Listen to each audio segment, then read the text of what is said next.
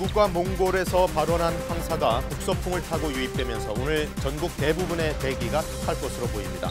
미세먼지 농도도 모든 권역에서 나쁨 수준을 보이겠습니다. 오늘부터 다중이용시설 방역 수칙이 강화돼 모든 출입자가 명부를 작성해야 하고 식당이나 카페가 아니면 음식을 먹을 수 없게 됩니다. 다음 달부터는 백신 접종 뒤 이상 반응이 있으면 의사 소견서 없이도 휴가를 받을 수 있습니다. 민주당과 정부, 청와대가 모든 공직자의 재산 등록을 의무화하는 방안을 추진하기로 했습니다. 오늘 문재인 대통령이 주재하는 반부패 정책협의회에서 이런 대책이 논의됩니다. 민주당 박영선 후보와 국민의힘 오세훈 후보가 오늘 밤 첫 TV토론을 벌입니다. LH 투기 의혹과 오 후보 처가의 내곡동 땅 등이 주요 쟁점이 될 것으로 보입니다. 어제는 서울 강남을 찾아 유세를 벌였습니다. 어젯밤 충남 당진시 현대제철 당진 공장 내 다리에서 45인승 버스가 추락했습니다. 이 사고로 운전자 등 2명이 숨졌습니다. 네, 주말과 휴일 잘 보내셨습니까? 어느덧 3월의 마지막 주입니다. 월요일 아침 뉴스광장 시작하겠습니다. 오늘 첫 소식은 날씨입니다. 황사와 미세먼지가 아주 지독할 것으로 예보됐고 거기에 안개와 강풍까지 전반적으로 날씨가 좋지 않습니다. 기상센터 연결합니다. 베이지 캐스터, 뭐가 제일 심각한가요? 네, 먼저 황사에 집중해서 소식 전해드리겠습니다. 지금 충남 서해안 지역에는 황사 경보가 내려져 있는데요. 북서풍을 타고 중국에서 발원한 황사가 우리나라로 유입되고 있습니다. 이에 따라서 계속해서 서쪽 지역으로는 황사 경보가 확대될 가능성이 있습니다. 현재 미세먼지 농도를 살펴보겠습니다. 서울이 425 마이크로그램, 또 충남도 349 마이크로그램, 대전은 442 마이크로그램으로 평소보다 10배가량 높은 수치를 보이고 있습니다. 앞으로 계속해서 미세먼지가 유입되면서 전국의 공기는 탁해질 것으로 보이는데요. 오늘 전국 미세먼지 농도는 매우 나쁨 수준 예상되고 또 입자가 작아서 몸에 해로운 초미세먼지 농도까지 높을 것으로 예상됩니다. 호흡기 약하신 분들은 꼭 이렇게 황사와 미세먼지를 차단할 수 있는 마스크를 착용하셔야겠습니다. 지금 서쪽 지역으로는 안개도 짙게 끼어 있습니다. 오늘 전국에는 가끔 구름이 많이 끼겠고요. 오후까지 강원 산지와 경북 북동 산지에는 강풍특보가 내려진 가운데 바람까지 거세게 불겠습니다. 기상센터에서 전해드렸습니다. 코로나19로 인한 사회적 거리두기 조치, 기존 단계가 2주 더 연장됩니다. 오늘부터 몇 가지 강화되는 부분들도 있는데요. 일단 음식을 먹어서는 안 되는 장소들이 늘고 모든 다중이용시설에서 출입명부 작성이 의무화됩니다. 보도에 양민철 기자입니다. 경상북도 문경시는 다중이용시설의 개보수 지원을 위해 전국 최초로 조례를 제정했습니다. 지난해부터 감염 위험이 큰 음식점과 목욕장 등 24개 업종이 대상입니다. 기본적인 환기시설이나 칸막이 설치, 살균기 구입을 지원해 일상 속 감염을 억제하겠다는 겁니다. 정부는 이처럼 방역 우수 사례를 소개하며 기본 방역 수칙을 거듭 강조했습니다. 거리두기 단계와 상관없이 관리자와 종사자, 이용자가 의무적으로 지켜야 합니다. 새로운 내용은 아니지만 그간 이행과 실천이 제대로 되지 못한 곳이 많았습니다. 언제 어디에 계시든지 기본 방역 수칙을 철저히 실천해 주실 것을. 이에 오늘부터는 다중이용 시설을 출입할 때 모든 출입자의 명부 작성이 의무화됩니다. 지금도 모두가 작성해야 하지만 대표 한 명만 쓰고 그 외 몇 명이라고만 쓰는 경우가 많았기 때문입니다. 또 식당이나 카페처럼 원래 음식을 먹는 장소가 아니면 허용구역 외에는 음식을 먹을 수 없습니다. 기존에 금지돼 있던 다중이용 시설은 물론 스포츠 경기장이나 도서관, 미술관, 박물관 등도 추가로 포함됩니다. 일상생활에서 기본적인 방역 수칙이 보다 철저히 지켜지고 그런 노력을 통해서 감염을 최소화하는 것이 가장 중요하다고 보고 있습니다. 다음 달 4일까지 일주일 계도 기간을 거친 뒤 이후에 적발되면 10만 원의 과태료가 부과됩니다. 정부는 또 벚꽃 등 개화 시기에 맞춰 다음 달 30일까지를 방역 집중관리 기간으로 정해 전국의 자연공원과 놀이공원, 지역축제 등에 대해서도 집중 점검할 방침입니다. KBS 뉴스 양민철입니다. 정부가 이른바 백신 휴가제를 도입하기로 했습니다. 코로나19 백신을 맞고 몸이 아프거나 이상 반응이 나타날 경우 의사의 소견서가 없더라도 병가를 낼 수 있습니다. 그 내용은 강푸른 기자가 전해드립니다.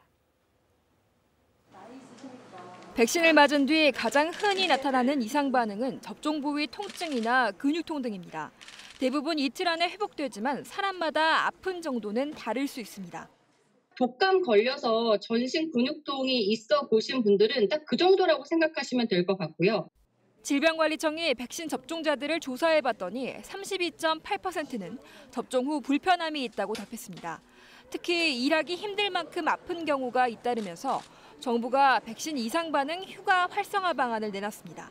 다음 달부터 75세 이상 고령층과 장애인, 교정시설 입소자와 종사자 등으로 접종 규모가 확대되는 데 따른 조치입니다.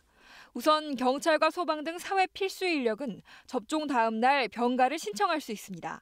만일 이상 반응이 있다면 의사 소견서 없이도 접종 이틀 뒤까지 쉴 수 있습니다. 민간 기업에는 임금 손실이 없도록 유급휴가를 주거나 병가를 활용할 수 있게 할 방침입니다. 고용노동부에서 사업장 대응 지침을 배포하고 산업통상자원부에서는 대한상의, 경총 등 경제단체와 산하기관, 주요 업종별 협단체들의 협조를 요청할 계획입니다. 또 감염병 예방법 개정 등을 통해 백신 휴가에 대한 법적 근거도 마련할 예정입니다. 미국 뉴욕주에선 백신 접종자에게 4시간 유급 휴가를 주는 법안이 시행되고 있으며 일본 정부도 비슷한 방안을 검토하고 있습니다. 한편 식약처는 백신 중 유일하게 1회 접종으로 개발된 얀센 백신에 대한 첫 전문가 자문 결과를 오늘 발표합니다. KBS 뉴스 강푸른입니다. 미국은 지금까지 1억 4천 회분이 넘는 코로나19 백신 접종이 이루어졌습니다만 상당수 지역들이 너무 빨리 이 봉쇄 조치를 풀면서 일일 확진자 수가 다시 늘고 있습니다. 변이 바이러스도 확산하고 있는데요. 규제 완화는 아직 시기상조라는 전문가 경고가 나왔습니다. 국제부 황동진 기자의 보도입니다. 현지 시간으로 어제 미국의 신규 확진자는 6만 3,600여 명입니다. 지난주에는 하루 평균 6만 1,500여 명의 신규 확진자가 발생했습니다. 이는 그전 2주 평균치보다 11% 증가한 수치입니다. 지난달 일부 감염병 전문가들이 3월 말 확진자가 급증할 것이라고 예상했던 것과 일치하는 상황입니다. 미국 뉴욕타임스는 전염력이 더 강한 변이 바이러스가 확산하고 각 주가 봉쇄 조치를 완화했기 때문이라고 분석했습니다. 하버드대학교 공중보건대학 전염병 학자인 빌 해너지의 말을 인용해 영국 바이러스가 일반 바이러스보다 50% 이상 강하다면서 백신 보급에 따른 면역 효과를 상쇄시킬 것이라고 예측했습니다. 이와 관련해 앤서니 파우치 미 국립알레르기 전염병 연구소장은 변이 바이러스의 위험성뿐 아니라 봄방학과 일부 주의 규제 완화 조치가 증가세에 영향을 끼쳤다면서 시기상조라고 지적했습니다. 파우치 소장은 이런 급증을 막기 위해서는 최근 300만 명에서 350만 명까지 이뤄지는 백신 접종을 꾸준히 이어가야 한다고 강조했습니다. 앞서 지난주 이뤄진 대통령 기자회견에서 조 바이든 미 대통령은 취임 후 100일이 되는 4월 30일까지 백신 접종 목표를 당초 공약보다 2배 더 많은 2억 회분까지 늘리겠다고 밝혔습니다.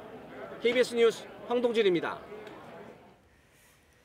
부동산 투기 근절 대책으로 정부와 민주당이 모든 공직자들의 재산을 등록하는 방안을 추진하겠다고 밝혔습니다.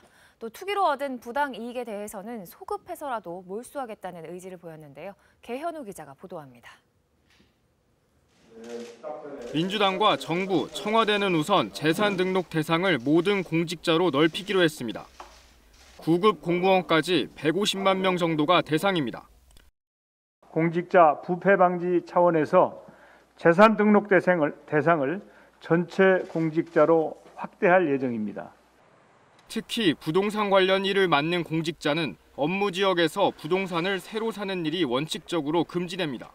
부동산 투기로 얻은 부당이득은 소급 적용이 가능하도록 법을 고쳐서 몰수하는 방법도 추진하기로 했습니다. 당정은 부동산 투기 행위를 친일에 비유하기도 했습니다. 친일, 반민족 행위자와 같은 단열로 규정해야 한다. 그런 차원에서 공직자 부동산 투기 범죄를 다뤄야 된다. 국회 문턱에 걸려 있는 이해충돌 방지법 처리에도 속도를 내기로 했습니다. 민주당은 당장 국회 회의를 잡자고 야당에 촉구했는데 국민의힘은 추가 심사가 필요하다는 입장입니다. 문제를 해결하는 방법으로 가야지 또 다른 논란을 낳고 이것을 어떤 규제와 억제와 탄압의 수단으로 사용할 수 있는 가능성이 있기 때문에 당정의 대책은 오늘 문재인 대통령이 주재하는 반부패 정책협의회에서 논의됩니다. 이 자리에선 부동산 적폐를 청산하겠다는 내용의 문 대통령의 강도 높은 메시지도 나올 것으로 보입니다. KBS 뉴스 개헌호입니다.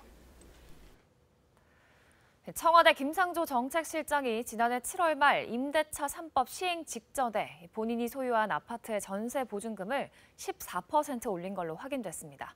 법 시행 이후에는 전월세 재계약 시 보증금 인상폭이 5%로 제한됐는데 불과 이틀 차로 이런 계약을 한 건데요. 우수경 기자의 보도입니다.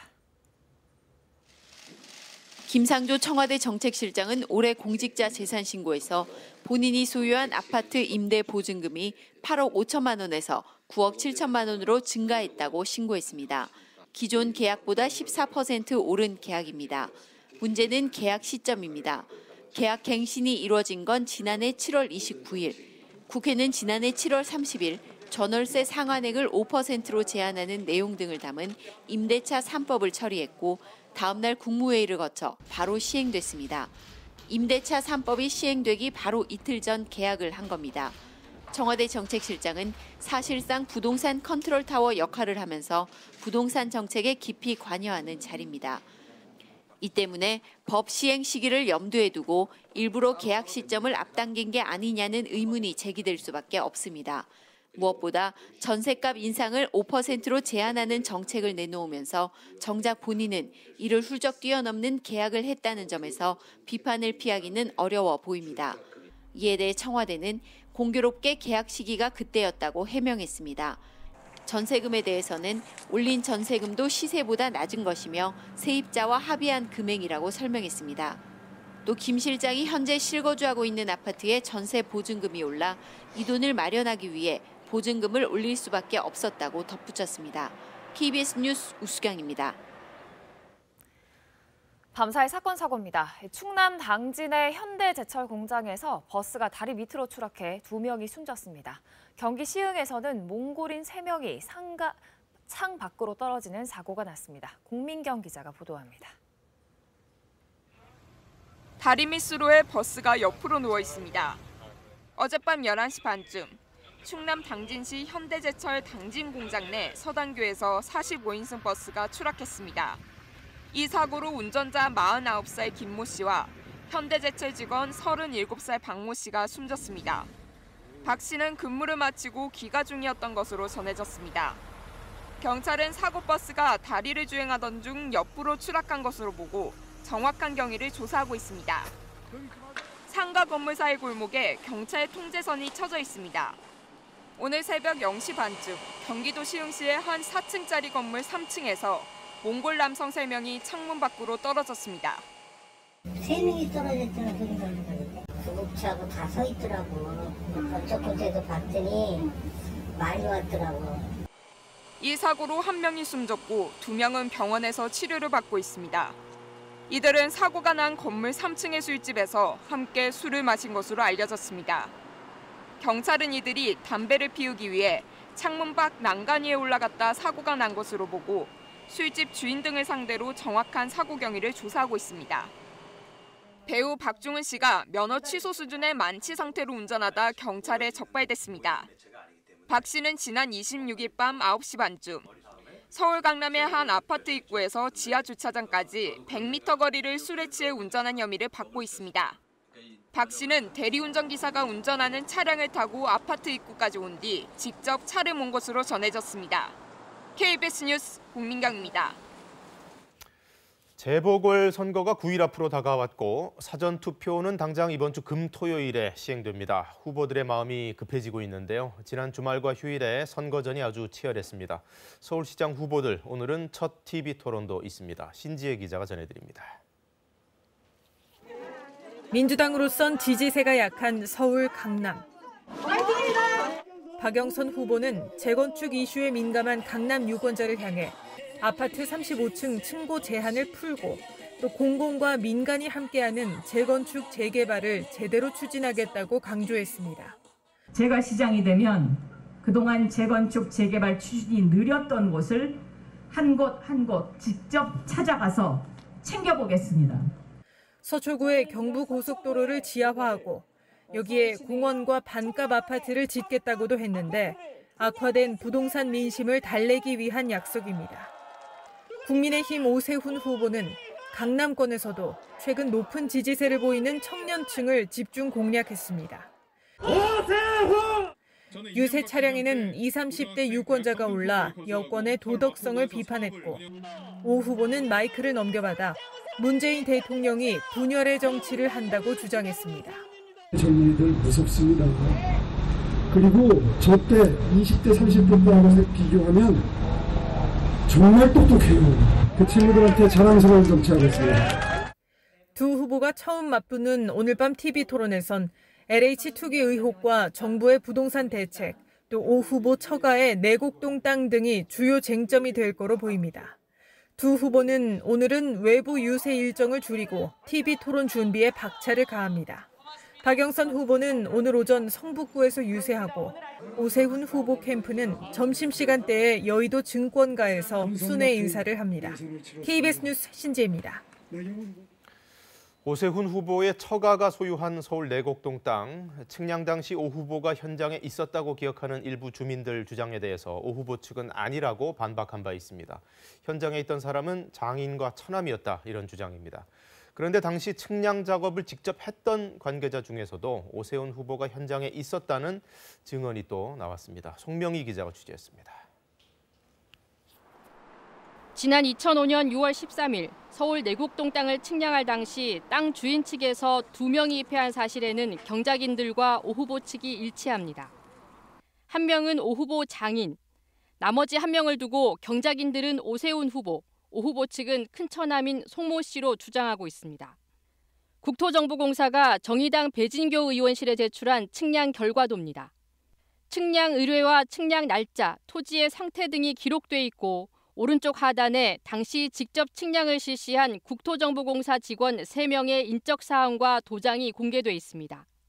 KBS는 이들 3사람을 모두 접촉해 당시 상황을 물었습니다. 2명은 워낙 오래된 일이어서 기억나지 않는다고 답했습니다. 반면 측량팀장이었던 류모 씨는 취재팀과 전화통화에서 당시 오세훈 후보가 있었다며 기억을 설명했습니다. 류 씨는 현장에서 오세훈 후보를 봤다. 측량이 끝날 때쯤 하얀색 상의에 선글라스를 끼고 왔다고 말했습니다. 선글라스는 경작인들도 오세훈 후보로 기억하는 사람의 특징으로 언급한 내용입니다. 기다리고 있으면 거짓말, 그 영감님하고 오세훈이가 키가 크지 않아요. 선글라스 딱 끼었는데. 류 씨는 선글라스를 벗어서 오 후보인 것을 알아봤고 먼저 인사를 했다면서 측량이 끝난 뒤 오 후보와 또 다른 입회인에게 도면을 놓고 결과를 설명했다. 토지에 특별한 사항이 없어서 설명 시간은 오래 걸리지 않았고 오 후보의 반응은 알았다였다고 기억했습니다. 또 오세훈 후보는 워낙 유명인이라 기억나지만 다른 입회인은 입회 서명을 받은 것 외에 기억나지 않는다고 말했습니다. 국토정보공사는 측량 결과도를 국회에 제출하면서 입회인 정보는 비공개했습니다. 이에 대해 오 후보 측은 KBS에 대한 고발장에서 당시 측량을 입회하고 서명을 한 사람은 큰처남 송모 씨라는 입장입니다. KBS는 입회인 서명을 확인하기 위해 지난 26일 국토정보공사에 측량 결과도 원본 열람을 신청했지만 이해관계인이 아니라는 이유로 거부했습니다. 오 후보 측은 입회 기록 공개 여부와 관련해 오늘 토지주가 측량 결과도 발급을 신청할 예정이고 결과가 나오는 대로 공개하겠다고 밝혔습니다. 오 후보가 측량에 입회했다는 추가 증언에 대해서는 오 후보는 측량 사실조차 알지 못했으며 현장에 간 사실이 없다고 말했습니다. KBS 뉴스 송명입니다. 지난 주말 미얀마에서는 120명 넘는 시민들이 숨지는 최악의 유혈 참사가 빚어졌습니다. 한 살배기 아이까지 고무탄에 맞는 등 군부의 무력 행사가 시위 진압을 넘어 일반 시민을 겨냥한 테러로 바뀌고 있습니다. 방콕에서 김원장 특파원이 전해왔습니다. 오토바이 2인 이상 탑승 금지를 어겼다고 10대들이 타고 가던 오토바이에 바로 총격을 가합니다. 2명은 달아났지만 17살 남성은 그 자리에서 숨졌습니다. 주말 동안 최악의 유혈 참사가 이어졌습니다. 5살, 7살, 13살, 14살 등 최소 4명의 어린이가 군경이 쏜 총에 맞아 세상을 떠났습니다. 1살 아이는 눈에 고무탄을 맞았습니다. 미얀마 군부의 시위대를 향한 유혈 진압은 사실상 일반 시민을 향한 테러로 바뀌고 있습니다. 이에 맞서 그동안 주로 평화 시위를 이어왔던 시위대는 하나둘 화염병과 사제총으로 무장하고 있습니다.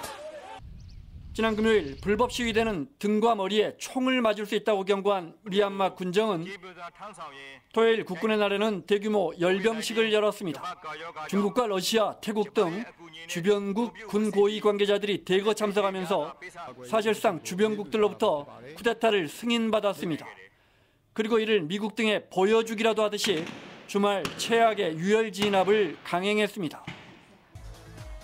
같은 날 방콕에서 열린 미스 그랜드 인터내셔널에 참가한 미얀마 대표는 시민들의 죽음을 전하며 국제사회의 관심을 거듭 촉구했습니다. Today in my country Myanmar, why I'm doing speak on this day, there are so many people dying, more than 100 people dying today. I deeply be sorry for all the people who have lost their life. 미국과 영국, 일본 등 주요국들은 일제히 미얀마 군정의 주말 유혈 진압을 비난하는 성명을 냈습니다. 하지만 지금 국제사회가 할 수 있는 대책이 비난 성명뿐이라는 한계도 드러냈습니다. 한국에서 KBS 뉴스 김원장입니다. 미국과 중국 간의 갈등이 인권 문제를 놓고 격화되고 있습니다. 신장 위구르족 탄압 중단을 요구하며 미국이 제재를 발표하자 중국도 보복 제재 조치를 취한 건데요. 이 가운데 유엔은 신장 지역에 대한 제한 없는 접근과 조사를 놓고 중국과 협상 중이라고 밝혔습니다. 보도에 김기현 특파원입니다. 미 국무부가 신장 지역 인권 문제와 관련해 중국이 취한 대미 보복 제재를 규탄하는 성명을 발표했습니다. 토니 블링컨 장관 명의 성명에서 미 국무부는 중국이 인권과 기본적 자유를 위협하고 있다며 위구르족 탄압 중단과 함께 구금자 석방 등을 촉구했습니다. 이와 관련해 미국과 캐나다, 영국과 유럽연합은 지난 22일 바이든 정부 들어 처음으로 중국 관료들에 대한 제재를 발표한 바 있습니다. 대응에 나선 중국은 유럽 인권단체는 물론 미국 종교자유위원회 관계자와 캐나다 의원 등을 제재하는 보복 조치를 취했습니다. 토니 블링컨 미 국무장관은 다만 방송 인터뷰에서 중국과 적대적 측면이 커지고 있다면서도 경쟁과 협력 등 다면적 관계라는 점을 강조했습니다. 실제 세계보건기구 WHO가 공개할 코로나19 관련 보고서 작성에 중국 정부가 개입한 것은 사실이라면서도 추가 대응에는 신중한 모습이었습니다.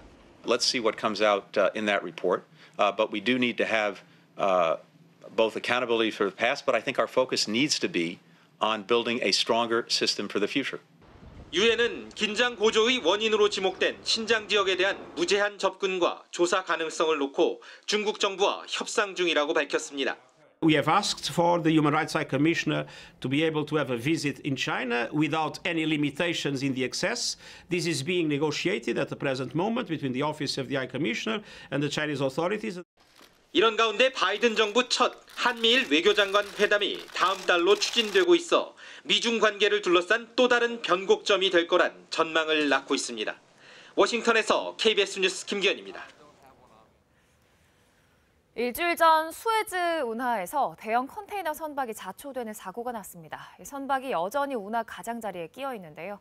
글로벌 교역의 핵심인 수에즈 운하 통행이 막히면서 그만큼 피해도 막대한 상황입니다. 박석호 특파원의 보도입니다. 지중해와 홍해를 연결하는 길이 190km의 수에즈 운하. 아시아에서 유럽으로 가는 해상 물류의 지름길인 이곳에서 대형 컨테이너 선박이 좌초한 지 오늘이면 일주일째입니다. 지난 23일 갑자기 불어닥친 모래 폭풍 속에서 400m 길이의 에버 기븐호의 선체가 대각선 방향으로 틀어지다 보니 선수와 선미가 운하 가장자리에 모래톱에 걸린 상태입니다. 이집트 교통당국은 배가 가벼워지도록 9,000톤가량의 평형수를 빼낸 데 이어 운하 가장자리에서 27,000 세제곱미터 규모의 모래까지 퍼냈습니다. 또 대형 예인선을 투입해 에버 기븐호를 밀어보고 있지만 아직 성과가 없습니다. 이에 따라 LCC 이집트 대통령은 배에 실려있는 컨테이너 2만여 개 가운데 일부를 드러내는 방안까지 고려하라고 지시했지만 하역시설이 없는 곳이라 작업이 만만치 않습니다. زي ما بقول برضه ان احنا بنفضل شغالين في السيناريو اللي ناجح لما بيفشل بننقل للسيناريو اللي بعده واحنا نكون مجهزين له لكن التوقيت بالظبط ما اقدرش بصراحه اقول لاني مش عارف. 운하 마비가 길어지면서 피해도 급증하고 있습니다.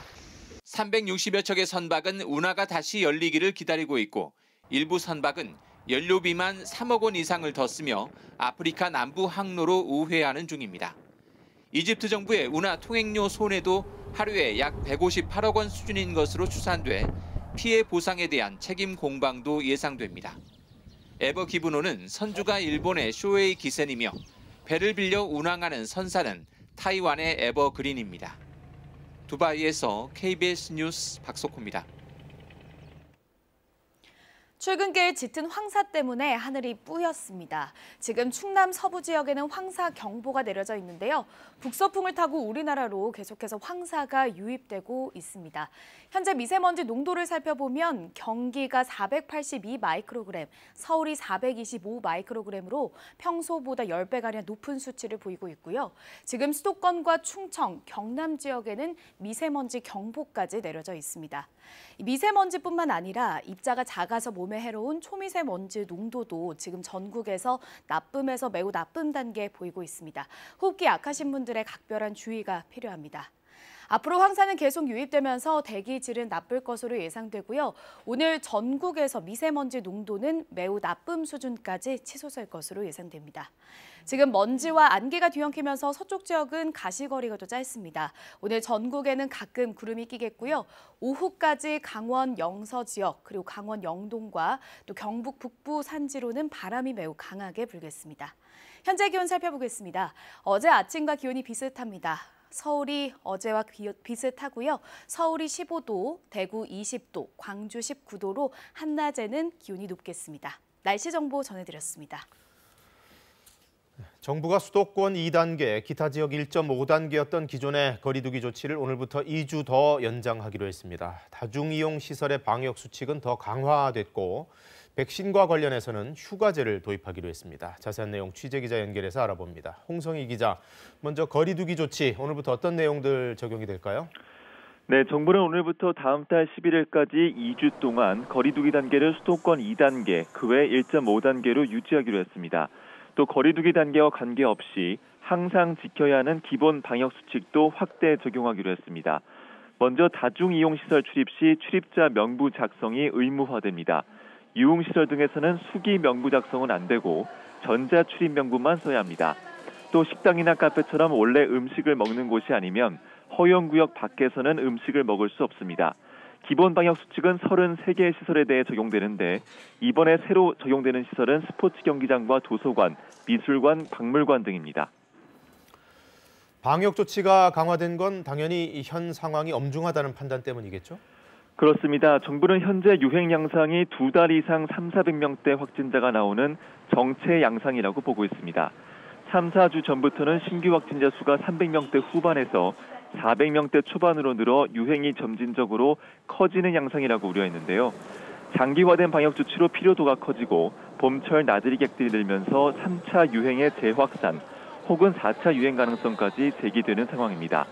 정부는 부활절과 라마단 등의 대규모 종교 행사도 일주일 남짓 앞둔 만큼 일상에서 각별한 주의가 필요하다고 호소했습니다. 백신 휴가제가 도입된다는 건 그만큼 주사 맞고 나서 몸이 아프거나 이상 반응을 호소하는 사람들이 많기 때문이죠. 네, 그렇습니다. 앞서 질병관리청이 백신 접종자들을 대상으로 조사해봤더니 32.8%가량은 접종 후 불편함을 느낀다고 답했습니다. 특히 일하기 힘들 정도로 아픈 경우가 나오자 이 백신 이상 반응 휴가 활성화 방안을 내놓은 건데요. 접종자 전체를 대상으로 하는 것은 아니고 이상 반응이 나타나면 휴가를 부여하기로 했습니다. 접종 다음 날 하루를 부여하고 이상 반응이 있으면 추가로 하루를 더 쓸 수 있습니다. 의사 소견서나 별도 증빙 자료는 필요하지 않습니다. 자, 마지막으로 환자 현황 정리해 주시죠. 네, 어제 0시 기준으로 코로나19 신규 확진자는 482명으로 집계됐습니다. 국내 발생 462명, 해외 유입 20명입니다. 지역별로는 경기 150명, 서울 135명, 부산 56명, 인천 32명입니다. 위 중증 환자는 104명이고 사망자는 1명 늘어 1,700여 명입니다. 1차 백신 접종을 받은 사람은 1,000명 늘어서 지금까지 모두 79만 3천여 명입니다. 지금까지 사회부에서 KBS 뉴스 홍성입니다. 대전에서는 횟집과 클럽을 거점으로 한 집단 감염이 번지고 있습니다. 클럽 방문자만 1,000명이 넘어서 또 한 번 대규모 확산이 우려되는 상황입니다. 정재훈 기자가 보도합니다. 20대 젊은 층들이 즐겨 찾는 대전 도심의 번화가입니다. 술을 마시며 춤을 추는 클럽과 감성 주점이 즐비합니다. 지난 22일 한 횟집을 방문한 20대 한 명이 코로나19에 확진됐습니다. 이후 이 횟집을 매개로 연쇄 감염이 발생했고 누적 확진자가 17명으로 늘었습니다. 횟집 연쇄 감염은 인근 클럽으로 확산했습니다. 횟집을 들렀다 지난 26일 확진된 20대 남성 1명이 인근 클럽 종사자로 밝혀졌습니다. 같은 클럽의 종사자 1명과 이 클럽에 들렀던 20대 방문자 2명이 추가로 확진되면서 집단 감염 우려가 커지고 있습니다. 지난 19일부터 이 클럽을 방문한 사람이 전자출입 명부를 통해 확인된 사람만 1,000여 명. 방역당국은 방문자 전원에게 조속한 검사를 촉구하고 시민들에게 일대 방문을 자제할 것을 요청했습니다. 젊은 층 중심으로 특히 둔산동 그 지역 일원을 중심으로 굉장히 확산세가 끊이지 않고 있습니다. 따라서 오늘 전화 문자를 보고 또 개별적으로 연락 받으신 분들은 클럽 관계자와 방문자 등이 잇따라 확진됨에 따라 방역당국은 다음 달 9일까지 해당 클럽에 대해 집합금지 명령을 내렸습니다. 대전시는 확진된 클럽 종사자 1명이 보건소에 진단검사 요청해도 검사를 받지 않은 채 클럽에서 많은 사람과 접촉했고 방문 장소에 동행한 사람을 밝히지 않는 등 역학조사를 방해했다며 감염병 예방법 위반 등의 혐의로 경찰에 고발할 방침입니다. KBS 뉴스 정재훈입니다. 부동산 투기 의혹을 수사 중인 경찰이 전 경기도청 간부를 불러서 조사했습니다. 대기업의 산업단지 조성 정보를 사전에 입수하고 가족회사 명의로 땅을 미리 사들여서 시세 차익을 올린 혐의를 받고 있습니다. 김재현 기자의 보도입니다. 부동산 투기 의혹을 받는 전 경기도청 간부 김모 씨가 어제 아내와 함께 경찰에 출석했습니다. 내부 정보 미리 파악해서 땅 사신 거 아닙니까? 경기도청 투자진흥과 소속 팀장이었던 김 씨는 2018년 1월 SK건설이 반도체 클러스터 조성을 위한 투자 의향서를 용인시에 제출한 사실을 경기도에 보고했습니다. 그런데 김 씨는 9달 뒤 아내가 대표로 있는 회사 명의로 용인시 원산면의 개발 예정지 인근의 땅 1,500제곱미터를 5억 원을 주고 샀습니다. 그로부터 넉 달 뒤 SK하이닉스는 1조 8천억 원을 들여 원산면 일대의 땅을 사서 개발하겠다는 계획을 발표했습니다. 김 씨가 구입한 땅의 가격은 이후 5배가량이나 뛰었습니다. 경기도는 지난 23일 부패방지법 위반 혐의로 김 씨를 경찰에 고발했습니다. 이 부분만 가지고도 충분히 그 사람은 업무상 비밀을 취득했다고 판단을 한 거고요. 고발 접수 이틀 뒤 김 씨의 주거지를 압수수색한 경기남부경찰청은 어제 김 씨 부부를 불러 내부 정보를 이용해 토지를 매입했는지를 집중적으로 추궁했습니다. 경찰은 이와 함께 LH 전북본부 전직 직원인 한모 씨도 소환해 조사했습니다. 전주에 사는 한 씨는 다른 LH 직원과 이웃 주민 등과 함께 3기 신도시 발표 전 광명시 노은사동의 땅 3천여 제곱미터를 사들여 투기 의혹을 받고 있습니다. 이로써 가장 먼저 투기 의혹이 제기된 전현직 LH 직원 15명 가운데 11명이 경찰 조사를 받았습니다. KBS 뉴스 김재현입니다. 인천국제공항이 개항한 지 오늘로 꼭 20년이 됐습니다. 16년간 흔들림 없던 성장세도 코로나19라는 직격탄을 피해갈 수는 없었는데요. 작년에는 개항 이후에 첫 적자를 기록했습니다. 여객 운송을 넘어서 사업 다변화에 대한 필요성이 절실한데 미래 먹거리 어떤 것들이 있을까요? 윤나경 기자입니다. 지난해 인천공항은 4,260여억 원의 적자를 기록했습니다. 코로나19 영향으로 여객이 80% 이상 줄었기 때문인데 올해는 적자 폭이 2배 넘게 늘 것으로 예상됩니다. 여객 사업 중심의 공항 운영에 변화가 필요한 겁니다. 인천공항은 우선 공항 주변에서 관광도 하고 문화예술도 즐길 수 있도록 영종도에 리조트 등 복합 문화시설을 유치해 주변 지역을 공항 융복합 관광지로 개발해 나갈 계획입니다. 공항 자체가 여행객들에게 최종 목적지가 될 수 있는 매력적인 장소가 될 수 있도록 우리가 공항의 컨셉 자체를 또 업그레이드를 시키고 또 또 미래 기술을 적극적으로 수용해서 특히 코로나19 여파에도 지난해 국제화물 4위의 성과를 낸 항공화물 분야는 집중 육성이 필요합니다. 기존의 대형 화물에서 전자상거래나 의약품 등 신성장 분야의 화물 비율이 커지는 만큼 맞춤형 제2물류단지 개발에 나서고 동선을 효율적으로 만들기 위해 화물터미널도 재배치에 들어갑니다. 코로나19 이후에도 이제 비대면의 직구, 해외 직구 이런 것들이 더 활성화되기 때문에 항공 화물 부분을 더 강점 있는 부분을 더 키우는 전략이 필요할 것 같습니다. 또 언택트 시대에 맞춰 입출국 심사 디지털 전환을 추진하고 AI를 활용한 비대면 쇼핑 등도 확대해 나갈 계획입니다. KBS 뉴스 윤나경입니다. 코로나 이후 재도약을 위해서 반드시 풀어야 할 문제들도 적지 않습니다. 면세점부터 비정규직 사태까지 산적한 과제들은 박재우 기자가 정리했습니다. 인천국제공항 면세구역. 하루 20만 명을 넘던 승객이 6천 명까지 떨어지면서 손님이 거의 없습니다. 정상 때는 한 10,000명 정도 하루에 평균 구매하셨는데 지금은 450명 정도로. 출국장 면세점 11곳 가운데 4곳은 아예 문을 닫았습니다. 인천공항공사는 면세점 업계에 1조 원이 넘는 지원을 했고 7월 이후 다시 입찰을 할 예정입니다. 고용 단절을 좀 최소화하고 또 여객 회복이 될 경우에 공항 운영에 지장이 없도록 준비를 하고 있습니다. 공항의 비정규직 노동자들을 정규직화하는 소위 인국공 사태는 아직 불씨가 남았습니다. 보안 검색 직원 1,900여 명은 본사 직고용을 요구하고 있는 반면 본사 직원들은 역차별이라며 반발하고 있습니다. 인천공항의 또 다른 현안은 항공기를 정비하는 MRO 단지를 만들어 통합 원스톱 서비스를 하는 것.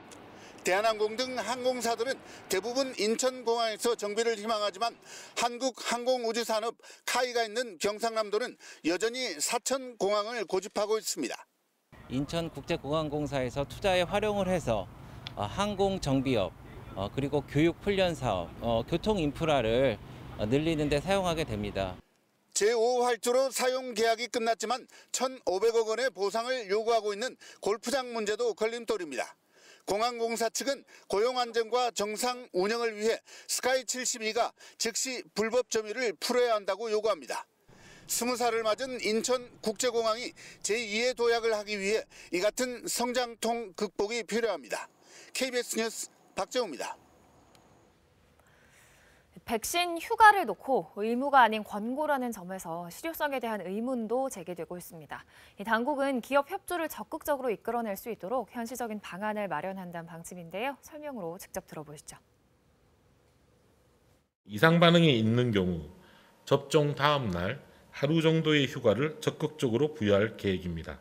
그 접종 당일날 백신을 접종하기 위해서 그 부분들은 당연히 유급휴가나 공가 등으로 처리가 돼야 된다고 말씀드리는 거고요. 백신 접종을 받고 난 다음 날 이상 반응 때문에 출근이 좀 어려운 상황이면 그때는 신청을 받고 의사소견서나 별도의 증빙자료 없이 하루 정도의 휴가를 당연히 부여한다는 것입니다.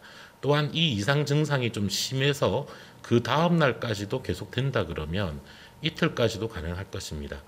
48시간 이상 지속되고 있는 이상 반응에 대해서는 보통 의료기관 방문을 권고하고 있고 그 의료기관에서 여기에 대한 판단들을 좀 해야 되기 때문에 이렇게 백신 접종 이후에 하루 이후에 나타나는 이상 반응에 대해서는 하루 또는 2일까지의 이 휴가를 권고한다라고 이해해 주시면 타당할 것 같습니다. 기업 부분에서도 결국 백신을 얼마나 많이 접종하는가가 그 기업의 실제 작업 현장의 안전성이나 혹은 생산성에 있어서도 굉장히 중요한 요인들이기 때문에 크게 애로가 있을 거라고 판단하지는 않습니다. 근무가 어려울 정도의 이상 반응이 좀 심각한 경우, 심한 경우가 대략 한 1에서 2% 정도로 지금 조사되고 있습니다. 이러한 문제의 좀 크기를 볼 때 예방접종을 받는 모든 사람들에게 하루씩의 휴가를 부여할 필요성 자체가 좀 떨어진다라고 보여집니다. 그리고 또 하나 프리랜서의 부분들이라든지 오히려 직역 부분이나 부분 간의 형평성에 대한 논란도 좀 야기될 위험이 있기 때문에 각 사업장 등에 이런 관련된 기본 지침들을 좀 내려보내고 사업장에 대한 관리들을 하면서 이 지침들이 좀 더 적극적으로 실천되도록 협조를 당부할 예정이고, 이 외에도 상위 경제단체들과 경총이나 대한상의 등과 함께 이런 부분들이 일상적으로 지켜지도록 전체적인 기업 부분에서의 협조도 이끈다는 방침입니다.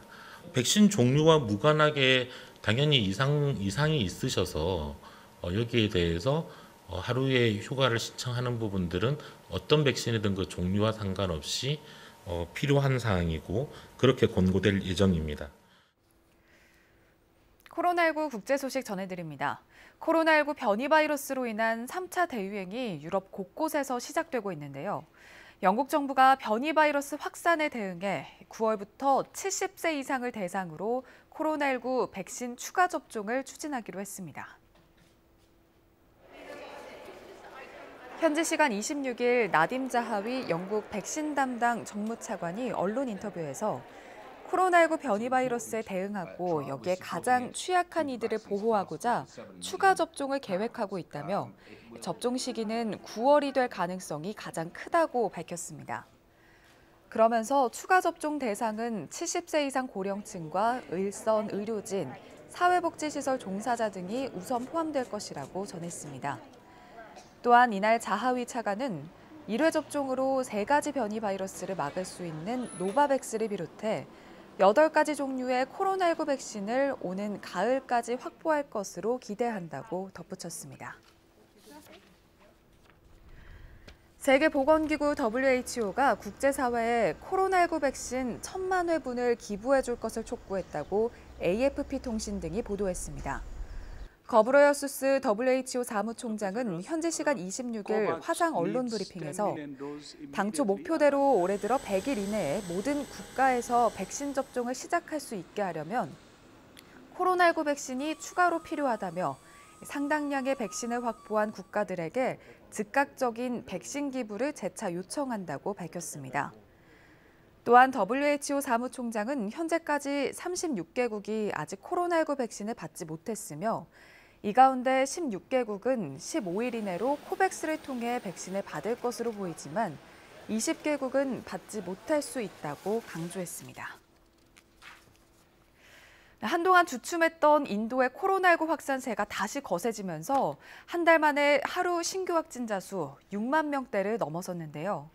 더구나 인도에서 가장 큰 봄맞이 축제인 홀리 기간을 맞아 벌써부터 사회적 거리 두기 등 방역 수칙을 무시하는 사례가 잇따라 당국에 비상이 걸렸습니다. 현지 시간 28일 기준으로 인도의 코로나19 누적 확진자 수가 전날보다 6만 2천여 명 증가해 지난해 10월 중순 이후 5개월 만에 일일 신규 확진자 수가 최다치를 기록했습니다. 더욱이 지난달 말 일일 신규 확진자 수가 10,000명대 초반이었던 점을 고려하면 불과 한 달 만에 6배나 불어난 셈인데요. 이에 대해 보건의료 전문가들은 인도에서 지난해 9월 1차 대유행 이후 2차 유행이 본격적으로 시작됐다는 분석을 내놓고 있습니다. 아울러 일각에서는 인도 내 방역 태세가 해이해진 데다가 하나의 바이러스에서 2가지 변이가 함께 일어나는 이른바 이중변이 여파로 확진자가 급증했을 가능성이 있다고 지적했는데요. 더구나 이러한 비상사태에서 이번 주부터 전국적으로 시작되는 전통 봄맞이 축제 홀리 기간에 변이 바이러스가 크게 확산할 가능성이 커지자 인도 델리주 등은 홀리 축제 기간에 공공 모임 행사를 전면 금지하기로 했고 뭄바이가 속한 마하라슈트라주는 야간 통금 등의 봉쇄 조치를 다시 도입한 상태입니다. 지금까지 코로나19 국제 소식이었습니다. 코로나19 관련 국내 소식 몇 가지 더 전해드립니다. 첫 번째 키워드는 4차 재난지원금입니다. 정부가 오늘부터 소상공인과 특수형태 근로종사자, 또 프리랜서 등을 대상으로 최대 500만 원에 달하는 4차 재난지원금을 지급하기 시작합니다. 정부는 코로나19 사태로 경영과 생계에 어려움을 겪는 483만 자영업자와 소상공인에게 6조 7천억 원 상당의 소상공인 버팀목 플러스 자금을 시작할 계획입니다. 국세청 데이터베이스상에서 매출 감소가 확인되는 270만 명이 우선 지급 대상입니다. 다만 매출액 등 별도의 증빙이 필요한 사람들은 다음 달 중 지급 절차가 시작됩니다. 다음 키워드 보겠습니다. 화이자 백신 25만 명분. 식품의약품안전처가 어제 화이자의 코로나19 백신 코미니타주 25만여 명분에 대해서 국가 출하 승인했다고 밝혔습니다. 국가 출하 승인이란 시중에 유통되기 전에 백신의 품질을 국가가 다시금 확인하는 제도입니다. 식약처는 화이자 백신에 대해 안전성 시험 결과 제품이 오염되지 않았음을 확인했으며 효과성과 품질 일관성도 확인했다고 설명했습니다. 이번 화이자 백신 물량은 다음 달 1일부터 전국의 지역 접종센터 22곳에서 75세 이상 고령층에게 접종됩니다. 마지막 키워드 보시죠. 감염병 전문병원입니다. 2021년 감염병 전문병원 지정 대상 권역으로 경북권이 선정됐다고 질병관리청이 밝혔습니다. 경북권의 감염병 전문병원 지정 대상 권역 선정은 기존의 호남권과 중부권, 경남권에 이어서 전국에서 4번째입니다. 질병관리청은 경북권역 소재 종합병원급 이상의 의료기관을 대상으로 감염병 전문병원을 이달부터 공모할 계획입니다. 지금까지 코로나19 Q&A였습니다. 이혼하고 나서 양육비를 제대로 주지 않는 전 배우자에 대해서 오는 6월부터 제재가 강화됩니다. 신상 공개, 형사처벌 이런 것뿐만 아니라 운전면허도 정지당하고 해외 출국도 못할 수 있습니다. 다만 관련 신청 절차가 얼마나 복잡할지 그게 또 관건입니다. 민정희 기자가 보도합니다. A씨는 이혼한 뒤 전 남편 B씨에 대해 양육비 이행 소송을 냈습니다. 법원은 매달 200만 원씩 주라고 판결 내렸지만 B씨는 양육비를 주지 않았습니다. 결국 법원이 열흘 동안 구치소에 유치하는 감치명령까지 내렸지만 끝내 집행되지 못했습니다. 이사를 갔다고 해서 한 달이 넘어서 새로운 주소지를 알게 됐지만 감치명령은 그걸로 효력이 떨어졌어요. 실제로 법원에서 감치명령을 내려도 집행까지 이어진 경우는 10% 정도에 불과합니다.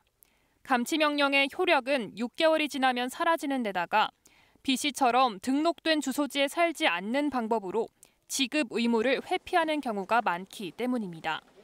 2015년 양육비 이행관리원이 생긴 뒤 6년 동안 양육비 미지급으로 접수된 건수는 23,100여 건.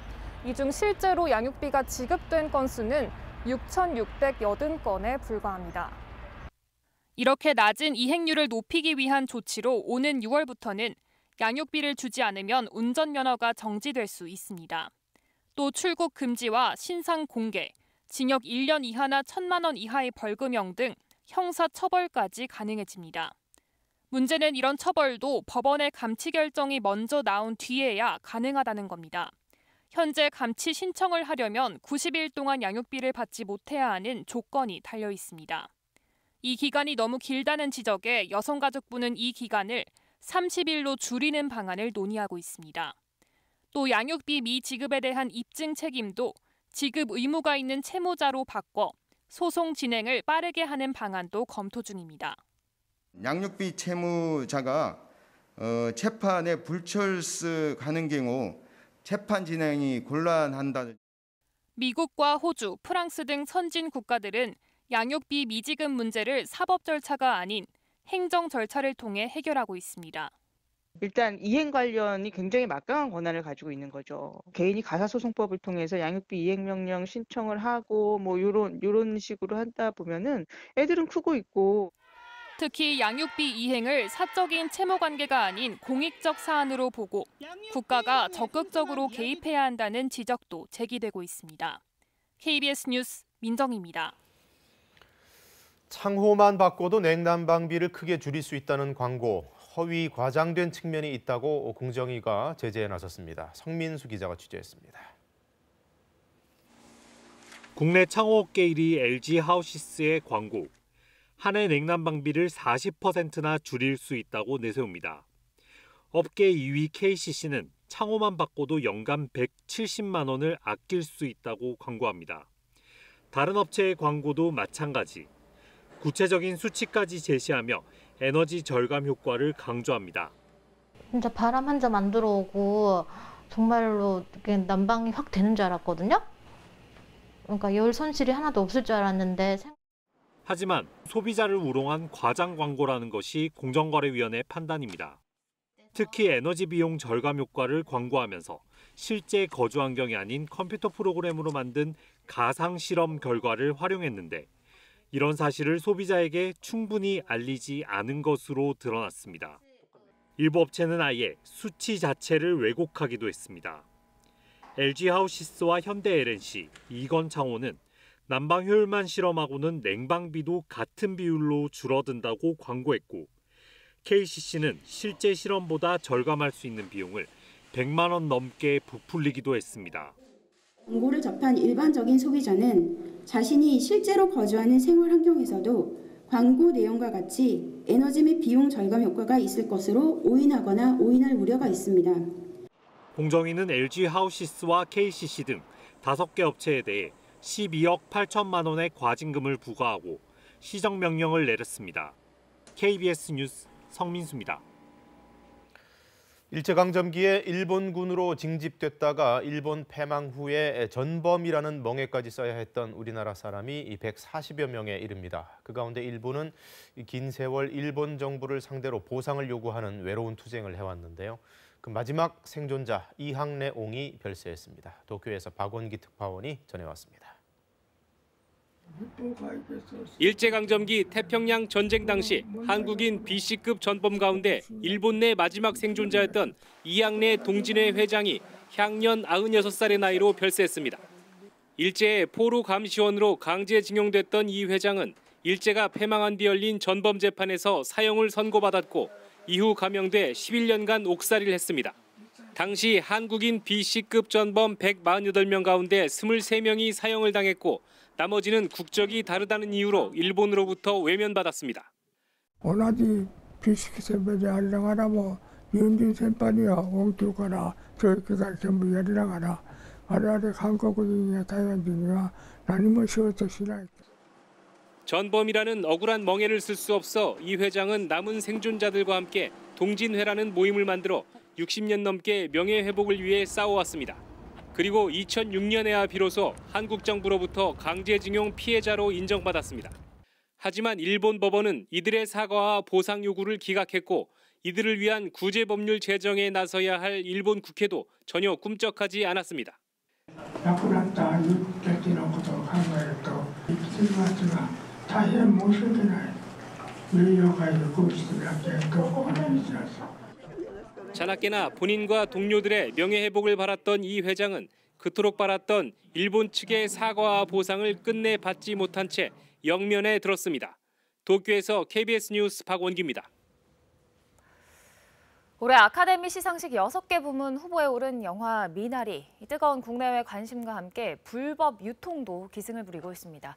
국내 개봉 한 달이 채 안 됐는데 불법 영상이 버젓이 나돌고 있다는데요. 허지영 기자가 취재했습니다. A씨는 최근 단체 대화방을 보고 깜짝 놀랐습니다. 개봉한 지 얼마 안 된 영화 미나리 영상이 올라왔기 때문입니다. 불법 유통이 아니냐고 묻자 아카데미 수상을 응원하는 마음이라는 황당한 답변이 돌아왔다고 말합니다. 지금 이게 아닌데라는 생각이 들었죠, 저는. 그래서 이제 개인적으로 내리는 게 좋겠다고 톡도 보냈는데 내리기는커녕 자꾸 장려를 하니까 이걸 다운받아가라고 아무 문제 없다고. 유명세만큼이나 불법 유통으로 골머리를 앓고 있는 영화 미나리. 극장에서 개봉 중인 영화 미나리의 불법 복제물들이 지금도 버젓이 이렇게 대형 포털 사이트를 통해 유통되고 있습니다. 영화 수입사는 어려움을 호소합니다. 이제 저화질 화면이라던가 저화질 음질로 이제 듣고 이제 영화 자체를 미리 판단을 해버리시는 경우가 있더라고요. 그런데 그 판단이 이제 앞으로 보실 관객들의 선택에 대해서 저작물을 몰래 내려받는 행위도 엄연한 불법이지만 일일이 단속해 삭제하기가 사실상 어렵습니다.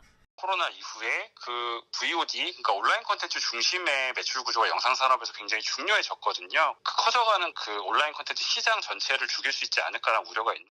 전문가들은 특히 국내 영화는 불법 유통이 해외 시장 판매에까지 영향을 미친다며 이용자들의 저작권 보호 의식을 강조하고 있습니다.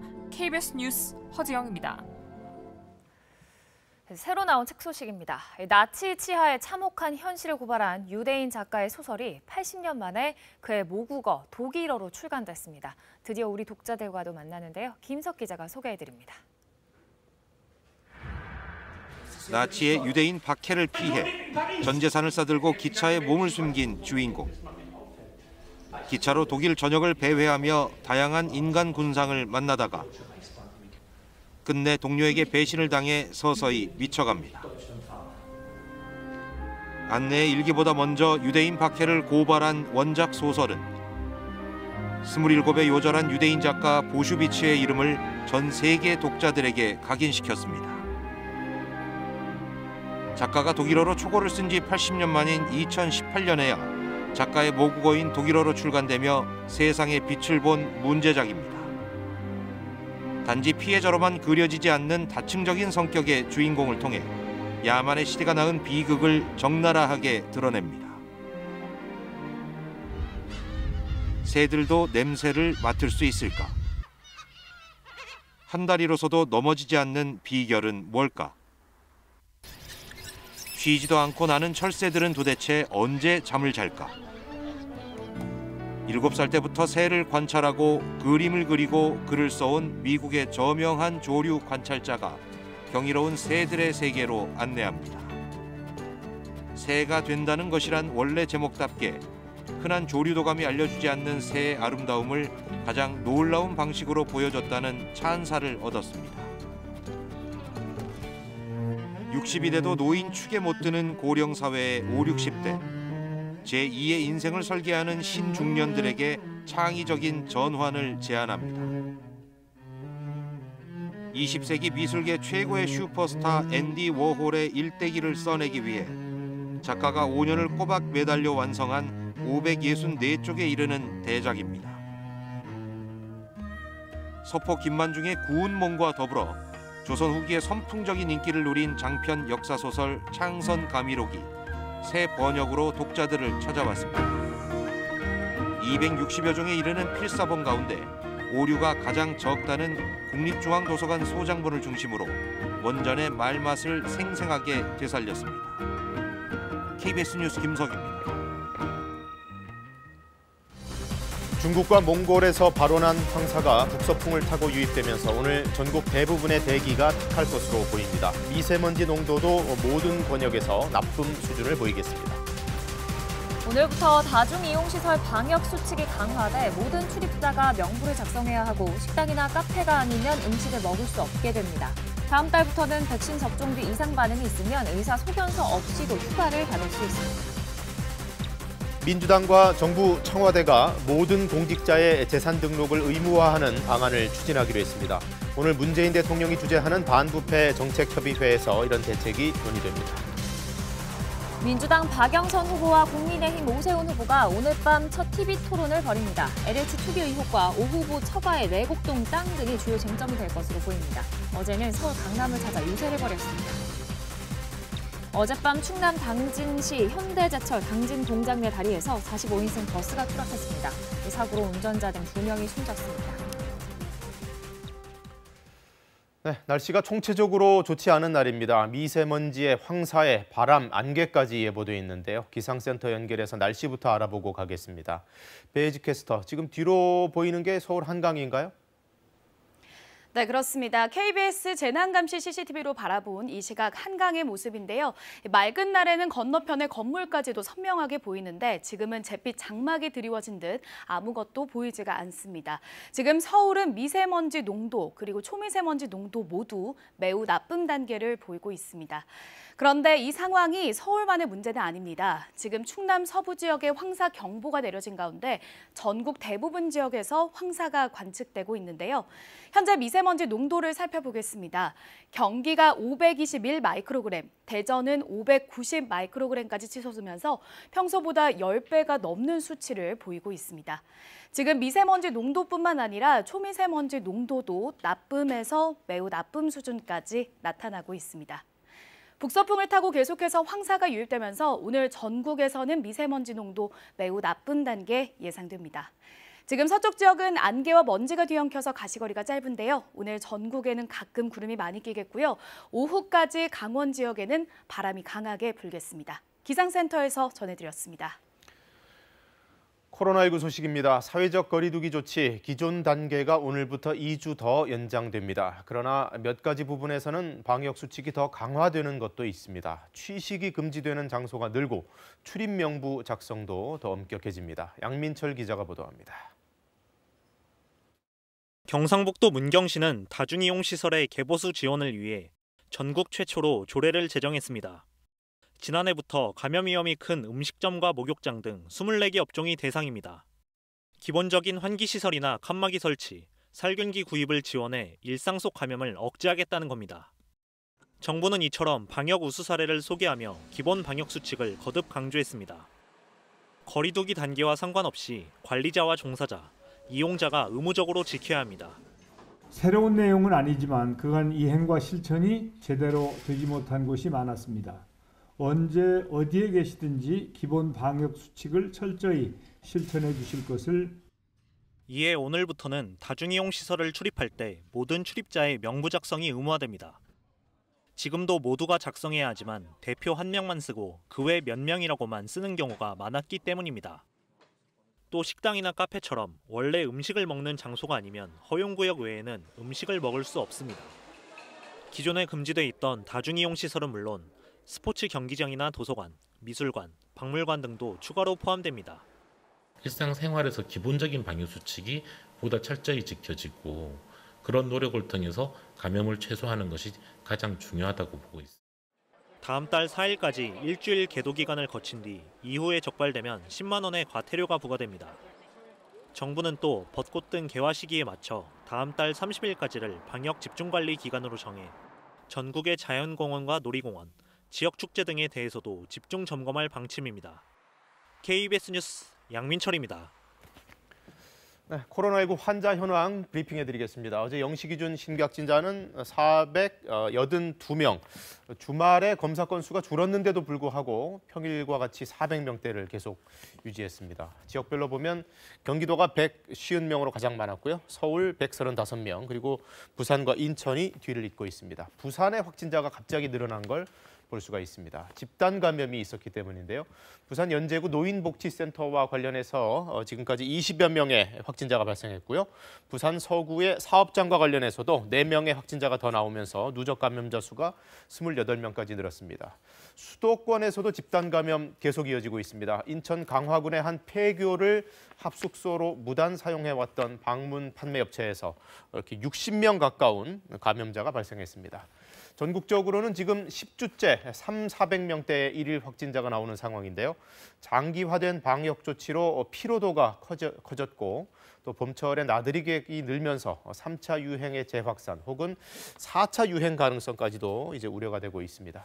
이런 가운데 부활절과 라마단 같은 대규모 종교 행사도 일주일 남짓 앞으로 다가와서 각별한 주의가 필요하다고 방역당국은 거듭 호소를 했습니다. 백신 접종 현황도 짧게 알아보겠습니다. 어제 0시 기준으로 모두 79만 3천여 명이 1차 접종을 했고요. 그리고 2차 접종까지 참여한 사람은 5,200여 명입니다. 다음 달부터는 75세 이상 고령층을 시작으로 해서 점점 일반인들에 대한 백신 접종도 확대될 텐데요. 이상 반응이나 부작용 호소하는 사람들을 위해서 정부가 백신 휴가제를 도입하기로 했습니다. 의사의 소견서가 없더라도 휴가를 받을 수 있도록 한다는 겁니다. 강푸른 기자의 보도로 보시겠습니다. 백신을 맞은 뒤 가장 흔히 나타나는 이상 반응은 접종 부위 통증이나 근육통 등입니다. 대부분 이틀 안에 회복되지만 사람마다 아픈 정도는 다를 수 있습니다. 독감 걸려서 전신 근육통이 있어 보신 분들은 딱 그 정도라고 생각하시면 될 것 같고요. 질병관리청이 백신 접종자들을 조사해봤더니 32.8%는 접종 후 불편함이 있다고 답했습니다. 특히 일하기 힘들 만큼 아픈 경우가 잇따르면서 정부가 백신 이상 반응 휴가 활성화 방안을 내놨습니다. 다음 달부터 75세 이상 고령층과 장애인, 교정시설 입소자와 종사자 등으로 접종 규모가 확대되는 데 따른 조치입니다. 우선 경찰과 소방 등 사회 필수 인력은 접종 다음 날 병가를 신청할 수 있습니다. 만일 이상 반응이 있다면 의사 소견서 없이도 접종 이틀 뒤까지 쉴 수 있습니다. 민간 기업에는 임금 손실이 없도록 유급휴가를 주거나 병가를 활용할 수 있게 할 방침입니다. 고용노동부에서 사업장 대응 지침을 배포하고 산업통상자원부에서는 대한상의, 경총 등 경제단체와 산하기관, 주요 업종별 협단체들의 협조를 요청할 계획입니다.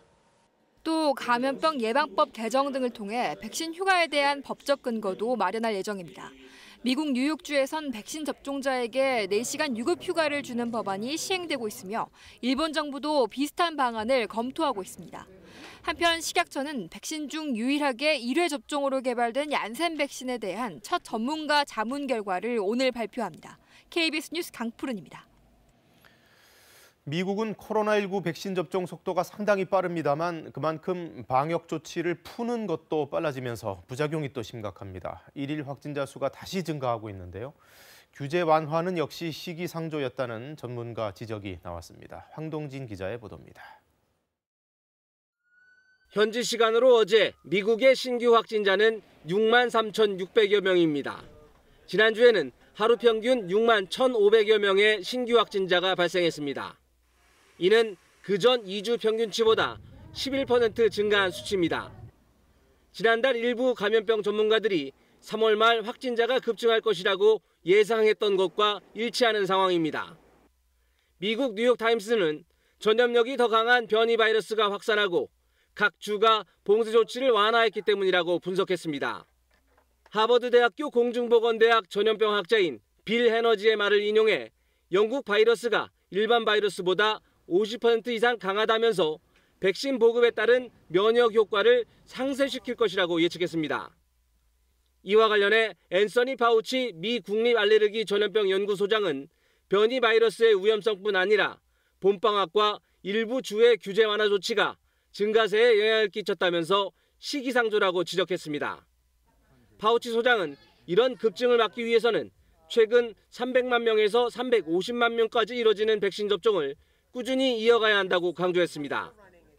앞서 지난주 이뤄진 대통령 기자회견에서 조 바이든 미 대통령은 취임 후 100일이 되는 4월 30일까지 백신 접종 목표를 당초 공약보다 2배 더 많은 2억 회분까지 늘리겠다고 밝혔습니다. KBS 뉴스 황동진입니다. 부동산 투기 근절 대책으로 정부와 민주당이 모든 공직자들의 재산을 등록하는 방안을 추진하겠다고 밝혔습니다. 또 투기로 얻은 부당 이익에 대해서는 소급해서라도 몰수하겠다는 의지를 보였는데요. 개현우 기자가 보도합니다. 민주당과 정부, 청와대는 우선 재산 등록 대상을 모든 공직자로 넓히기로 했습니다. 9급 공무원까지 150만 명 정도가 대상입니다. 공직자 부패 방지 차원에서 재산 등록 대상을 전체 공직자로 확대할 예정입니다. 특히 부동산 관련 일을 맡는 공직자는 업무 지역에서 부동산을 새로 사는 일이 원칙적으로 금지됩니다. 부동산 투기로 얻은 부당이득은 소급 적용이 가능하도록 법을 고쳐서 몰수하는 방법도 추진하기로 했습니다. 당정은 부동산 투기 행위를 친일에 비유하기도 했습니다. 친일, 반민족 행위자와 같은 단열로 규정해야 한다. 그런 차원에서 공직자 부동산 투기 범죄를 다뤄야 된다. 국회 문턱에 걸려 있는 이해충돌 방지법 처리에도 속도를 내기로 했습니다. 민주당은 당장 국회 회의를 잡자고 야당에 촉구했는데 국민의힘은 추가 심사가 필요하다는 입장입니다. 문제를 해결하는 방법으로 가야지 또 다른 논란을 낳고 이것을 어떤 규제와 억제와 탄압의 수단으로 사용할 수 있는 가능성이 있기 때문에 당정의 대책은 오늘 문재인 대통령이 주재하는 반부패 정책협의회에서 논의됩니다. 이 자리에선 부동산 적폐를 청산하겠다는 내용의 문 대통령의 강도 높은 메시지도 나올 것으로 보입니다. KBS 뉴스 개헌우입니다. 청와대 김상조 정책실장이 지난해 7월 말 임대차 3법 시행 직전에 본인이 소유한 아파트의 전세 보증금을 14% 올린 걸로 확인됐습니다. 법 시행 이후에는 전월세 재계약 시 보증금 인상폭이 5%로 제한됐는데 불과 이틀 차로 이런 계약을 한 건데요. 우수경 기자의 보도입니다. 김상조 청와대 정책실장은 올해 공직자 재산 신고에서 본인이 소유한 아파트 임대 보증금이 8억 5천만 원에서 9억 7천만 원으로 증가했다고 신고했습니다. 기존 계약보다 14% 오른 계약입니다. 문제는 계약 시점입니다. 계약 갱신이 이루어진 건 지난해 7월 29일, 국회는 지난해 7월 30일 전월세 상한액을 5%로 제한하는 내용 등을 담은 임대차 3법을 처리했고 다음 날 국무회의를 거쳐 바로 시행됐습니다. 임대차 3법이 시행되기 바로 이틀 전 계약을 한 겁니다. 청와대 정책실장은 사실상 부동산 컨트롤타워 역할을 하면서 부동산 정책에 깊이 관여하는 자리입니다. 이 때문에 법 시행 시기를 염두에 두고 일부러 계약 시점을 앞당긴 게 아니냐는 의문이 제기될 수밖에 없습니다. 무엇보다 전셋값 인상을 5%로 제한하는 정책을 내놓으면서 정작 본인은 이를 훌쩍 뛰어넘는 계약을 했다는 점에서 비판을 피하기는 어려워 보입니다. 이에 대해 청와대는 공교롭게 계약 시기가 그때였다고 해명했습니다. 전세금에 대해서는 올린 전세금도 시세보다 낮은 것이며 세입자와 합의한 금액이라고 설명했습니다. 또 김 실장이 현재 실거주하고 있는 아파트에 전세 보증금이 올라 이 돈을 마련하기 위해 보증금을 올릴 수밖에 없었다고 덧붙였습니다.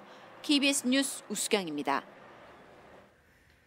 밤사이 사건 사고입니다. 충남 당진의 현대제철 공장에서 버스가 다리 밑으로 추락해 2명이 숨졌습니다. 경기 시흥에서는 몽골인 3명이 상가의 창 밖으로 떨어지는 사고가 났습니다. 공민경 기자가 보도합니다. 다리 밑으로의 버스가 옆으로 누워 있습니다. 어젯밤 11시 반쯤 충남 당진시 현대제철 당진 공장 내 서당교에서 45인승 버스가 추락했습니다. 이 사고로 운전자 49살 김모 씨와 현대제철 직원 37살 박모 씨가 숨졌습니다. 박 씨는 근무를 마치고 귀가 중이었던 것으로 전해졌습니다. 경찰은 사고 버스가 다리를 주행하던 중 옆으로 추락한 것으로 보고 정확한 경위를 조사하고 있습니다. 상가 건물 사이 골목에 경찰 통제선이 쳐져 있습니다. 오늘 새벽 0시 반쯤 경기도 시흥시의 한 4층짜리 건물 3층에서 몽골 남성 3명이 창문 밖으로 떨어졌습니다. 3명이 떨어졌다는 소리가 있어요. 구급차하고 다 서 있더라고. 저쪽 곳에서 봤더니 많이 왔더라고. 이 사고로 1명이 숨졌고 2명은 병원에서 치료를 받고 있습니다. 이들은 사고가 난 건물 3층의 술집에서 함께 술을 마신 것으로 알려졌습니다. 경찰은 이들이 담배를 피우기 위해 창문 밖 난간 위에 올라갔다 사고가 난 것으로 보고 술집 주인 등을 상대로 정확한 사고 경위를 조사하고 있습니다. 배우 박중훈 씨가 면허 취소 수준의 만취 상태로 운전하다 경찰에 적발됐습니다. 박 씨는 지난 26일 밤 9시 반쯤 서울 강남의 한 아파트 입구에서 지하 주차장까지 100m 거리를 술에 취해 운전한 혐의를 받고 있습니다. 박 씨는 대리운전기사가 운전하는 차량을 타고 아파트 입구까지 온 뒤 직접 차를 몬 것으로 전해졌습니다. KBS 뉴스 공민경입니다. 서울시장 보궐선거 당장 이번 주 금요일, 토요일에 사전투표가 실시됩니다. 본투표도 이제 9일 앞으로 다가왔습니다. 주말 휴일 할 것 없이 후보들은 유세하느라 바빴는데요. 오늘은 TV토론도 있습니다. 신지혜 기자가 보도합니다.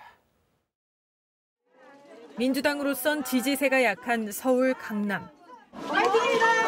박영선 후보는 재건축 이슈에 민감한 강남 유권자를 향해 아파트 35층 층고 제한을 풀고 또 공공과 민간이 함께하는 재건축 재개발을 제대로 추진하겠다고 강조했습니다. 제가 시장이 되면 그동안 재건축 재개발 추진이 느렸던 곳을 한 곳 한 곳 직접 찾아가서 챙겨보겠습니다. 서초구의 경부고속도로를 지하화하고 여기에 공원과 반값 아파트를 짓겠다고도 했는데 악화된 부동산 민심을 달래기 위한 약속입니다.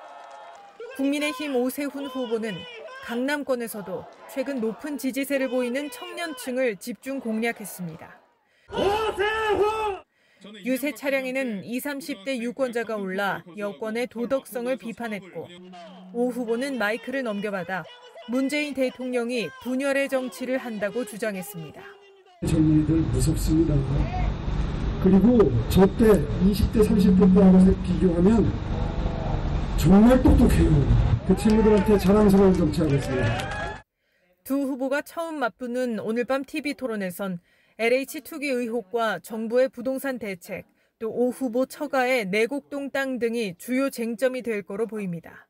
두 후보는 오늘은 외부 유세 일정을 줄이고 TV 토론 준비에 박차를 가합니다.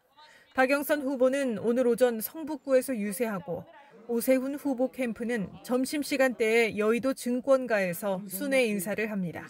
KBS 뉴스 신지혜입니다. 오세훈 후보 부인과 처가가 소유했던 서울 내곡동 땅과 관련해서 논란이 좀 있습니다. 측량 당시 오 후보가 현장에 있었냐 없었냐도 또 하나의 쟁점이 됐는데 오 후보의 주장과 반대되는 주장이 또 나왔습니다. 송명희 기자의 보도입니다.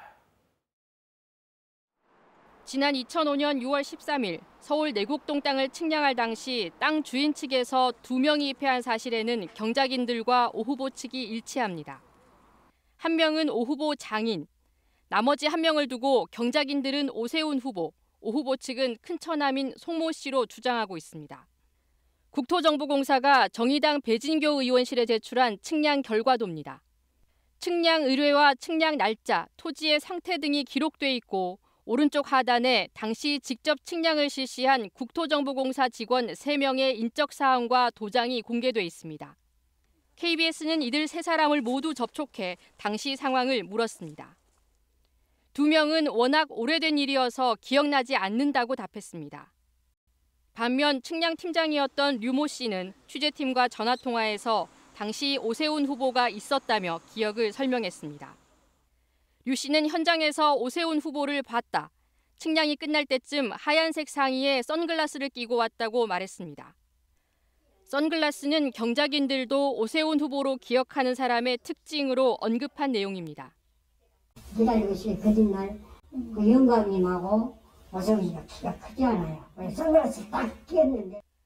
류 씨는 선글라스를 벗어서 오 후보인 것을 알아봤고 먼저 인사를 했다면서 측량이 끝난 뒤 오 후보와 또 다른 입회인에게 도면을 놓고 결과를 설명했다.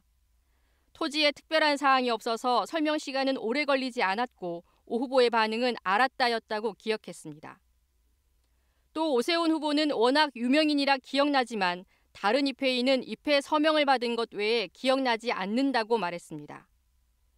국토정보공사는 측량 결과도를 국회에 제출하면서 입회인 정보는 비공개했습니다. 이에 대해 오 후보 측은 KBS에 대한 고발장에서 당시 측량을 입회하고 서명을 한 사람은 큰처남 송모 씨라는 입장입니다. KBS는 입회인 서명을 확인하기 위해 지난 26일 국토정보공사에 측량 결과도 원본 열람을 신청했지만 이해관계인이 아니라는 이유로 거부했습니다. 오 후보 측은 입회 기록 공개 여부와 관련해 오늘 토지주가 측량 결과도 발급을 신청할 예정이고 결과가 나오는 대로 공개하겠다고 밝혔습니다. 오 후보가 측량에 입회했다는 추가 증언에 대해서는 오 후보는 측량 사실조차 알지 못했으며 현장에 간 사실이 없다고 말했습니다. KBS 뉴스 송명입니다. 지난 주말 미얀마에서는 120명 넘는 시민들이 숨지는 최악의 유혈 참사가 빚어졌습니다. 한 살배기 아이까지 고무탄에 맞는 등 군부의 무력 행사가 시위 진압을 넘어 일반 시민을 겨냥한 테러로 바뀌고 있습니다. 방콕에서 김원장 특파원이 전해왔습니다. 오토바이 2인 이상 탑승 금지를 어겼다고 10대들이 타고 가던 오토바이에 바로 총격을 가합니다. 2명은 달아났지만 17살 남성은 그 자리에서 숨졌습니다. 주말 동안 최악의 유혈 참사가 이어졌습니다. 5살, 7살, 13살, 14살 등 최소 4명의 어린이가 군경이 쏜 총에 맞아 세상을 떠났습니다. 1살 아이는 눈에 고무탄을 맞았습니다.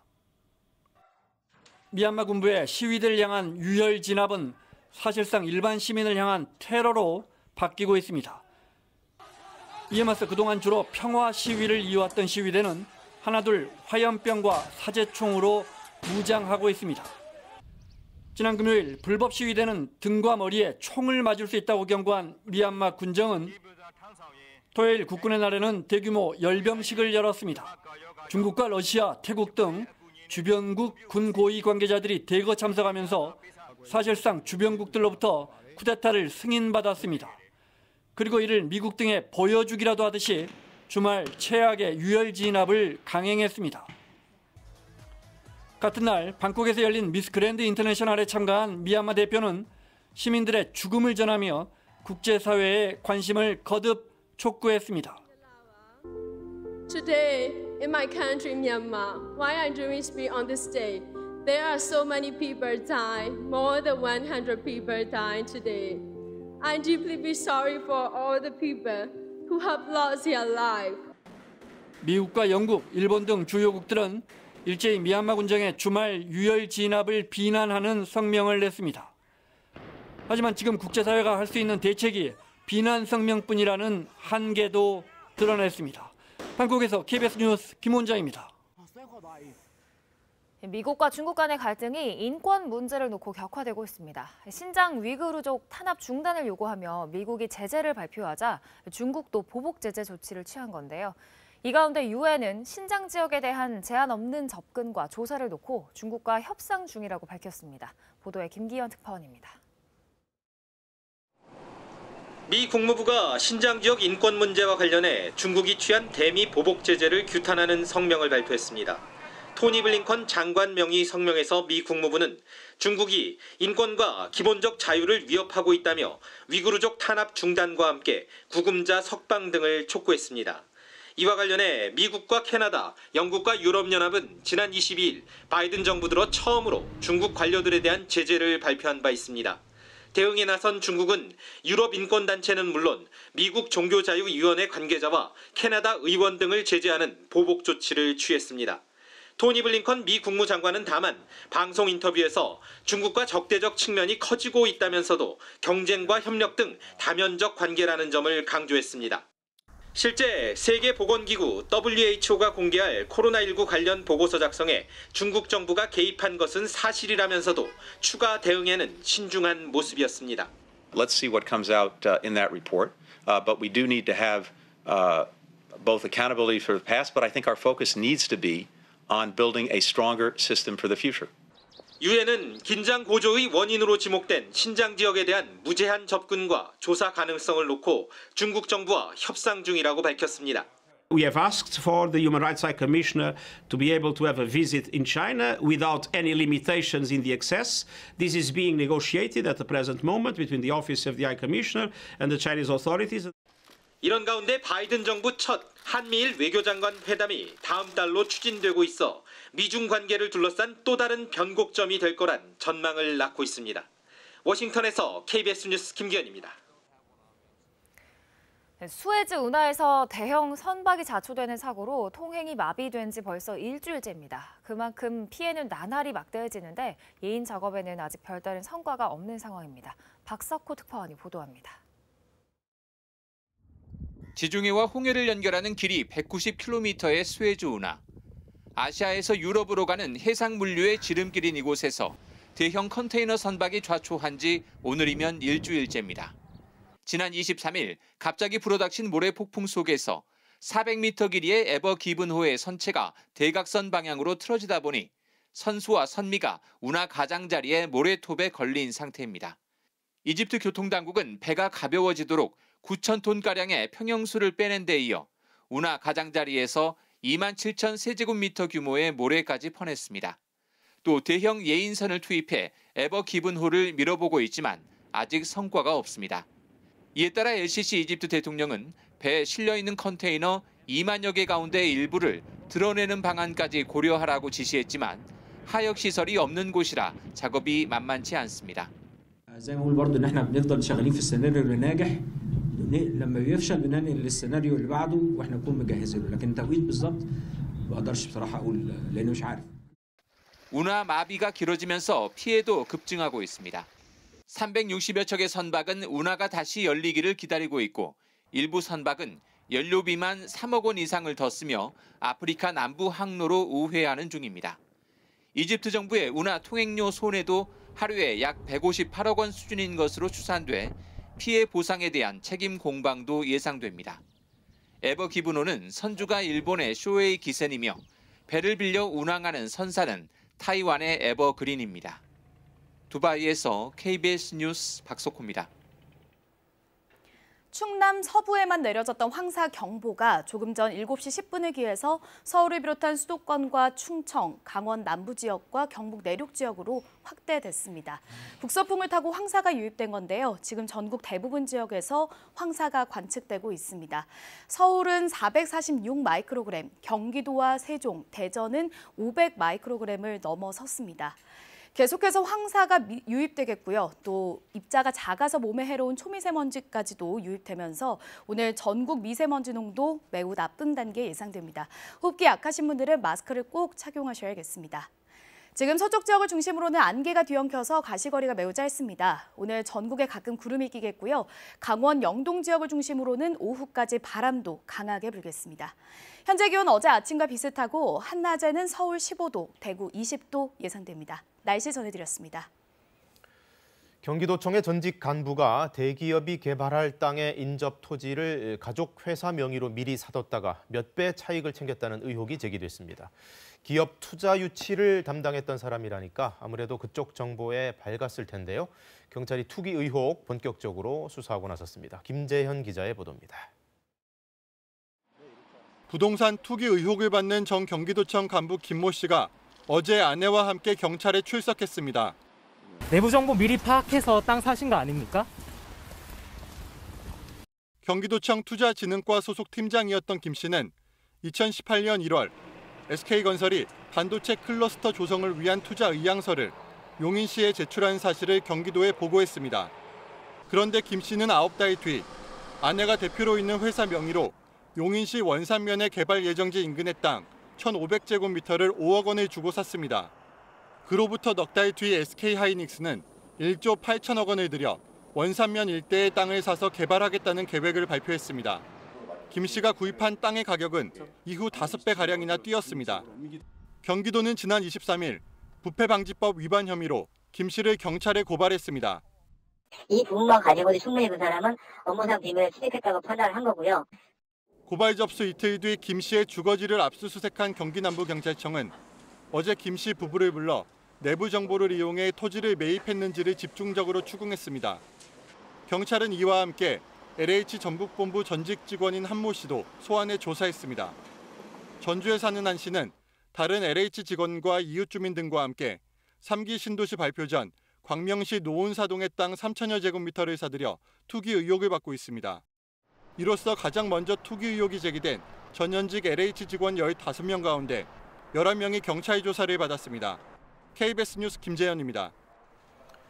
술을 마시거나 마약을 투약한 상태에서 운전을 하다 사고를 낼 경우 처벌이 대폭 강화됩니다. 단순히 형사처벌뿐만 아니라 막대한 경제적 타격까지 주는 방안을 정부가 추진하기로 했습니다. 박진영 기자의 보도입니다. 치킨 배달을 하던 50대 가장을 채워 숨지게 한 인천 울왕리 벤츠 운전자. 피해자 측에 보험금 2억 7천만 원이 지급됐지만 음주 역주행 가해자가 낸 사고 부담금은 300만 원에 불과했습니다. 마약이나 약물 운전 사고의 경우 가해자의 보험금 부담 규정이 아예 없습니다. 지난해 환각 상태에서 해운대를 질주한 외제차 사고로 8억 원이 넘는 보험금이 나갔지만 사고를 낸 운전자는 단 한 푼도 부담하지 않았습니다. 형사처벌과 별도로 경제적 책임도 무겁게 물어야 한다는 지적에 정부가 제도를 손보기로 했습니다. 음주나 무면허, 뺑소니 사고를 낼 경우 가해자의 사고 부담금 상한선을 지급된 보험금 전액으로 높이기로 한 겁니다. 또 이런 규정 적용 대상에 마약과 약물 운전도 추가하기로 했습니다. 앞으로는 술이나 약물을 하다 사고를 낼 경우 가세가 기울 정도로 큰 경제적 타격이 불가피하다는 뜻입니다. 사고 부담금 같은 경우에는 이미 법이 발의가 된 것도 있고 저희가 발의를 해야 되는 것도 있는데 이게 국회를 통과해야 되기 때문에 빠르면 올해 하반기부터 적용될 예정이고요. 정부는 이 밖에도 신호 위반이나 중앙성 침범 등 12대 중과실 사고의 경우 가해자의 수리비 청구를 제한하는 방안도 추진하기로 했습니다. 명백한 중대 과실이 입증돼도 피해자가 가해자 차량의 수리비를 부담하는 건 불합리하다는 지적 때문입니다. KBS 뉴스 박진영입니다. 일제강점기 일본군에 징집됐다가 일본 패망 후 전범이라는 멍해까지 써야 했던 한국인 148명이 있습니다. 이후 60년 넘게 명예회복을 위해 싸워온 그 마지막 생존자가 끝내 일본의 사과를 받지 못하고 별세했습니다. 도쿄 박원기 특파원이 보도합니다. 일제강점기 태평양 전쟁 당시 한국인 B씨급 전범 가운데 일본 내 마지막 생존자였던 이양래 동진회 회장이 향년 96살의 나이로 별세했습니다. 일제의 포로 감시원으로 강제징용됐던 이 회장은 일제가 패망한 뒤 열린 전범 재판에서 사형을 선고받았고 이후 감형돼 11년간 옥살이를 했습니다. 당시 한국인 B씨급 전범 148명 가운데 23명이 사형을 당했고 나머지는 국적이 다르다는 이유로 일본으로부터 외면받았습니다. 同じ B씨급先輩でありながらも日本人先輩には恩給から教育から全部やりながら我々韓国人や台湾人には何もしようとしない。 전범이라는 억울한 멍해를 쓸 수 없어 이 회장은 남은 생존자들과 함께 동진회라는 모임을 만들어 60년 넘게 명예회복을 위해 싸워왔습니다. 그리고 2006년에야 비로소 한국 정부로부터 강제징용 피해자로 인정받았습니다. 하지만 일본 법원은 이들의 사과와 보상 요구를 기각했고 이들을 위한 구제법률 제정에 나서야 할 일본 국회도 전혀 꿈쩍하지 않았습니다. 亡くなった友たちのことを考えると生きている私は大変申し訳ない名誉回復をしていただきたいとお願いします。 자나깨나 본인과 동료들의 명예회복을 바랐던 이 회장은 그토록 바랐던 일본 측의 사과와 보상을 끝내 받지 못한 채 영면에 들었습니다. 도쿄에서 KBS 뉴스 박원기입니다. 신흥무관학교, 일제강점기 무력투쟁의 구심점 역할을 한 곳이죠. 올해로 설립 110주년을 맞았습니다. 그 숭고한 희생과 정신을 기리는 역사체험관이 문을 열었다는데요. 선재희 기자가 취재했습니다. 나라를 되찾을 인재를 만들기에는 더 없는 곳이요. 신흥. 말 그대로 신흥이 어떠신가? 중국 서간도의 옥수수밭, 신흥무관학교가 세워진 곳입니다. 경술국치 바로 다음 해인 1911년이었습니다. 우리는 군대 전술을 공부하였고 총기를 가지고 훈련받았다. 이회영 육형제와 석주 이상용, 김대락, 이동영 등 이른바 혁신유림들이 대거 신흥무관학교 설립과 운영에 참여합니다. 지청천 장군은 교장을 지냅니다. 청산리 전투라든가 봉오동 전투의 승리 주역이 됐고요. 그 후에도 국내의 모든 독립전쟁에 있어서 신흥무관학교 출신들이 근간이 됐습니다. 그리고 또 임시정부의 광복군이라든가. 신흥무관학교가 설립된 지 꼭 110년이 되는 올해 이석영 선생의 숭고한 희생을 기리는 역사체험관이 문을 열었습니다. 남양주의 막대한 땅을 팔아 신흥무관학교의 재원을 충당한 이석영 선생. 친일파를 단죄하는 법정의 재판관으로 부활했습니다. 이름은 스쳐 지나가면서 몇 번 들었는데 저희 남양주 또 대표라고 하시더라고요. 그래서 아, 이런 분이 있었구나. 역사를 다시 재현함으로써 신흥무관학교의 뜻을 여러 국민들에게 알려주는 계기가 돼서 대단히 다행스럽게 생각합니다. 나라를 되찾기 위해서 목숨, 재산, 자식 모든 것을 다 희생하셨어요. 수많은 그 노력들이 묻혀 있었죠. 이제 우리가 그 고마움을 알아야 된다고 생각합니다. 역사 속으로 사라졌던 위대한 희생들을 오늘로 되살리는 귀중한 자리가 되고 있습니다. KBS 뉴스 선재입니다.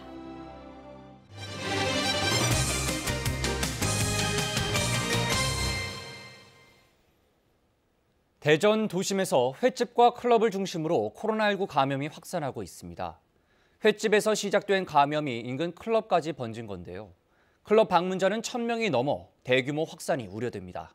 보도에 정재훈 기자입니다.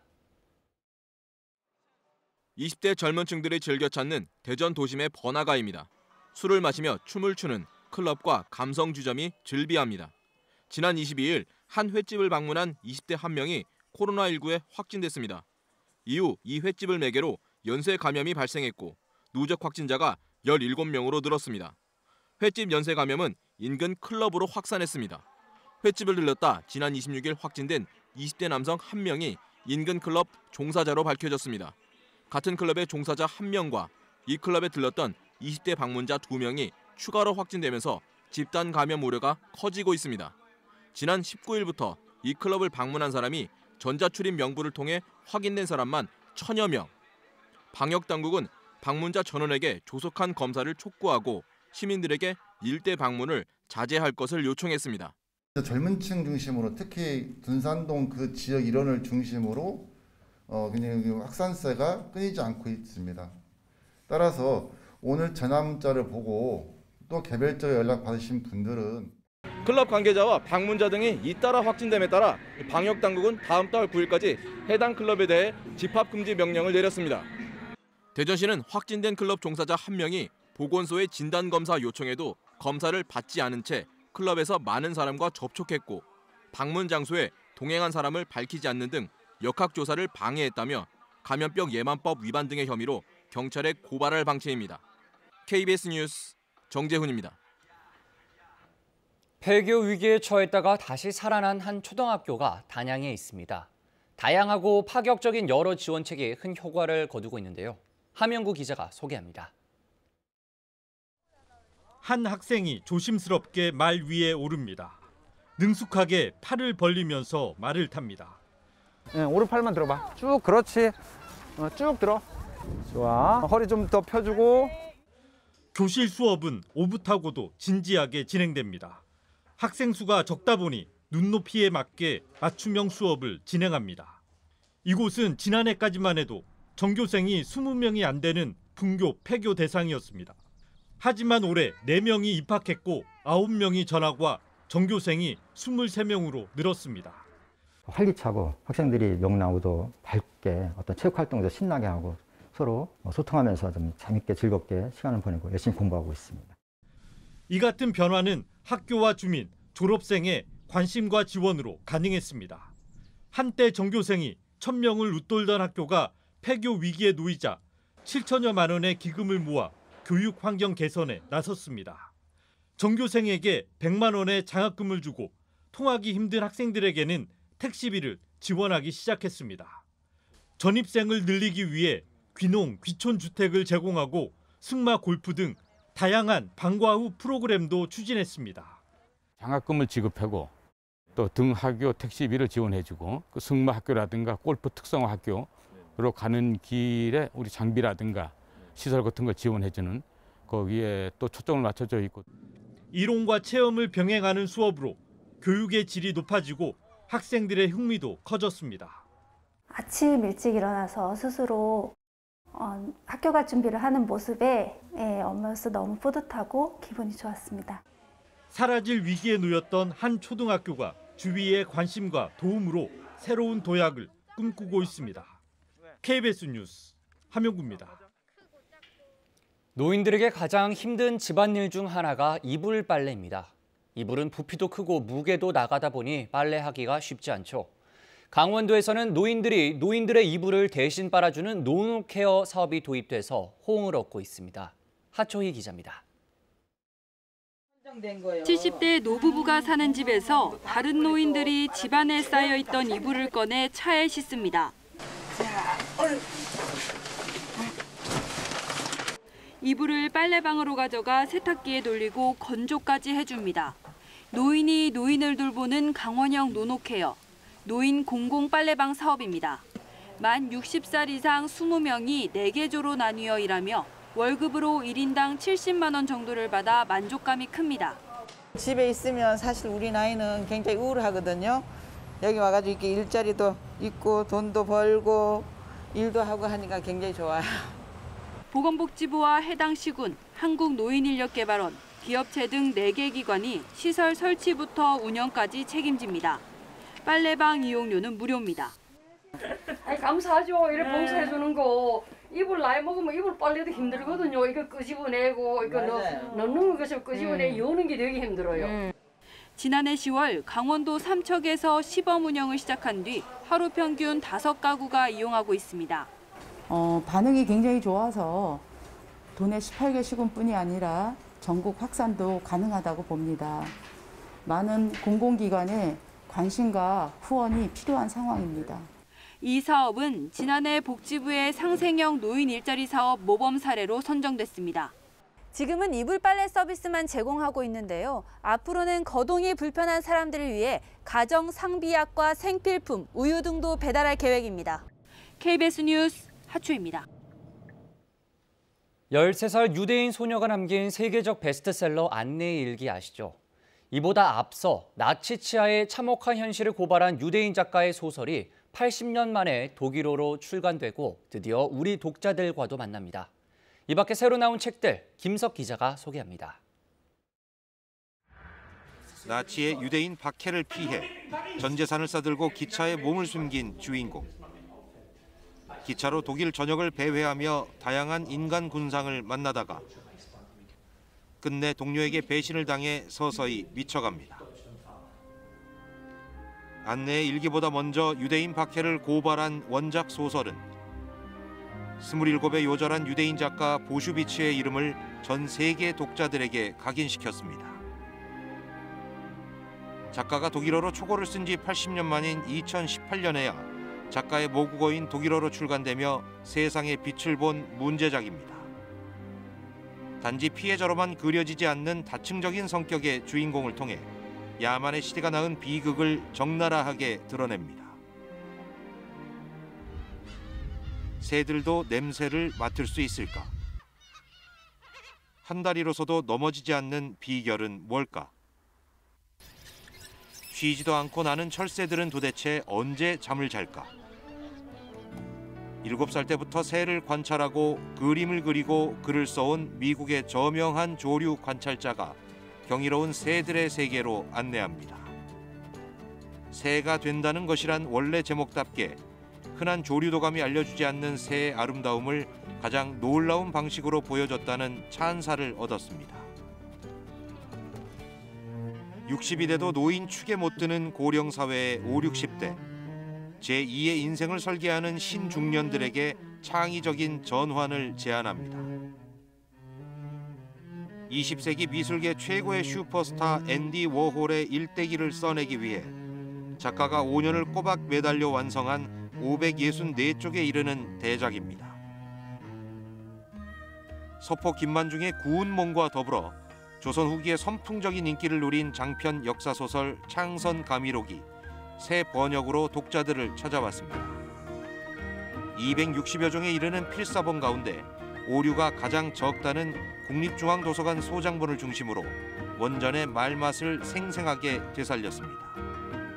KBS 뉴스 김석입니다. 이 시각 출근길 교통 상황 알아보겠습니다. 서울경찰청입니다. 안녕하십니까. 월요일 아침 교통정보입니다. 전국이 황사 영향권에 드는 오늘 안개까지 겹치면서 이곳 교통센터에서 CCTV로 바라본 서울 하늘 매우 뿌였습니다. 전조등 반드시 켜주시고 주의해서 지나시기 바랍니다. 서부간선도로 금천 방향 성산대교부터 금천교까지 긴 구간 밀리고 반대 도심 방향 고척교에서 목동교까지 심한 정체 보입니다. 오늘 아침 강 동쪽으로 어려운데요. 올림픽대로 행주대교부터 성산대교까지 35분 이상 걸리고 있습니다. 세검정길 신영동 삼거리부터 세검정 교차로까지 신호받는 데 큰 어려움 없고 백범로 공덕역부터 삼각지역 방향으로는 효창공원 압력 부근만 잠시 정체입니다. 상도터널 나와서 한강대교 방향 보시는 화면처럼 통행량 늘면서 속도 떨어집니다. 이어서 교통통제 및 혼잡 예상 정보입니다. 올림픽대로 김포 방면 색강다리 아래 교통 표지판 설치 공사로 오늘 오전 9시부터 오후 5시까지 부분 통제되고 오늘 오후 2시부터 1시간 동안 여의도 이룸센터 앞에서 집회 예정되어 있습니다. 교통정보였습니다.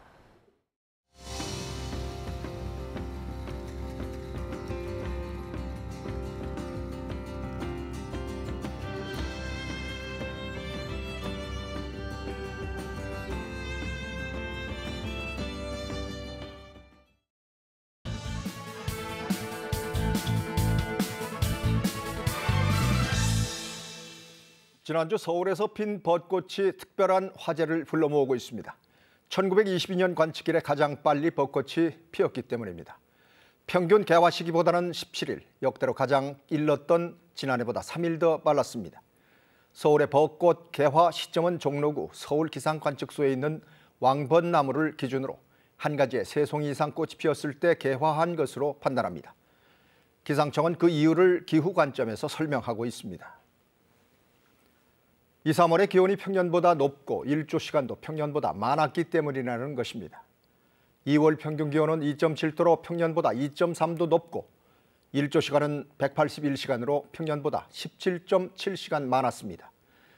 3월 평균 기온은 평년보다 5.1도 높은 8.3도, 일조 시간은 20.2시간 많은 158.5시간으로 집계됐습니다. 기온을 30년 단위로 확장한 새로운 기후 평년값을 보면 그 차이가 더 확연합니다. 1991년에서 2020년 전국 평균 기온이 1981년에서 2010년 평균값보다 0.3도 높습니다. 기온 상승은 지구온난화가 주 요인입니다. 기상청은 지구온난화로 기온이 전국적으로 상승한 가운데 중부 내륙 지방을 중심으로 더 크게 올랐다고 분석했습니다. 또 모든 월에서 기온이 올랐고 최고 기온보다 최저 기온의 상승이 더 뚜렷했다고 설명했습니다. 기후 변화로 계절의 길이도 변해 봄, 여름이 길어지고 가을, 겨울은 짧아졌습니다. 봄이 91일, 여름은 118일로 각각 4일 길어졌습니다. 가을은 69일로 하루 줄었고 겨울은 87일로 7일 짧아졌습니다. 해양 수온도 꾸준히 상승하고 있습니다. 동아시아 해역은 평년값이 15.6도로 0.2도, 한반도 연근해는 17.8도로 0.3도 올랐습니다. 기후변화는 한반도를 둘러싼 육지와 해양 생태계 환경 등에 직접적인 영향을 미칩니다.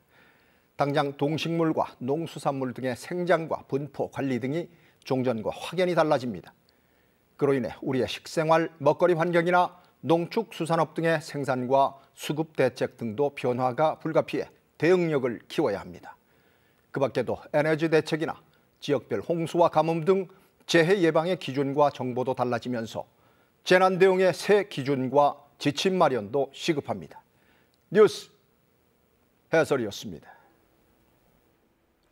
황사 경보가 계속 확대되고 있습니다. 지금 중부와 경북 지역뿐만 아니라 광주를 비롯한 호남 일부 지역에도 황사 경보가 내려졌는데요.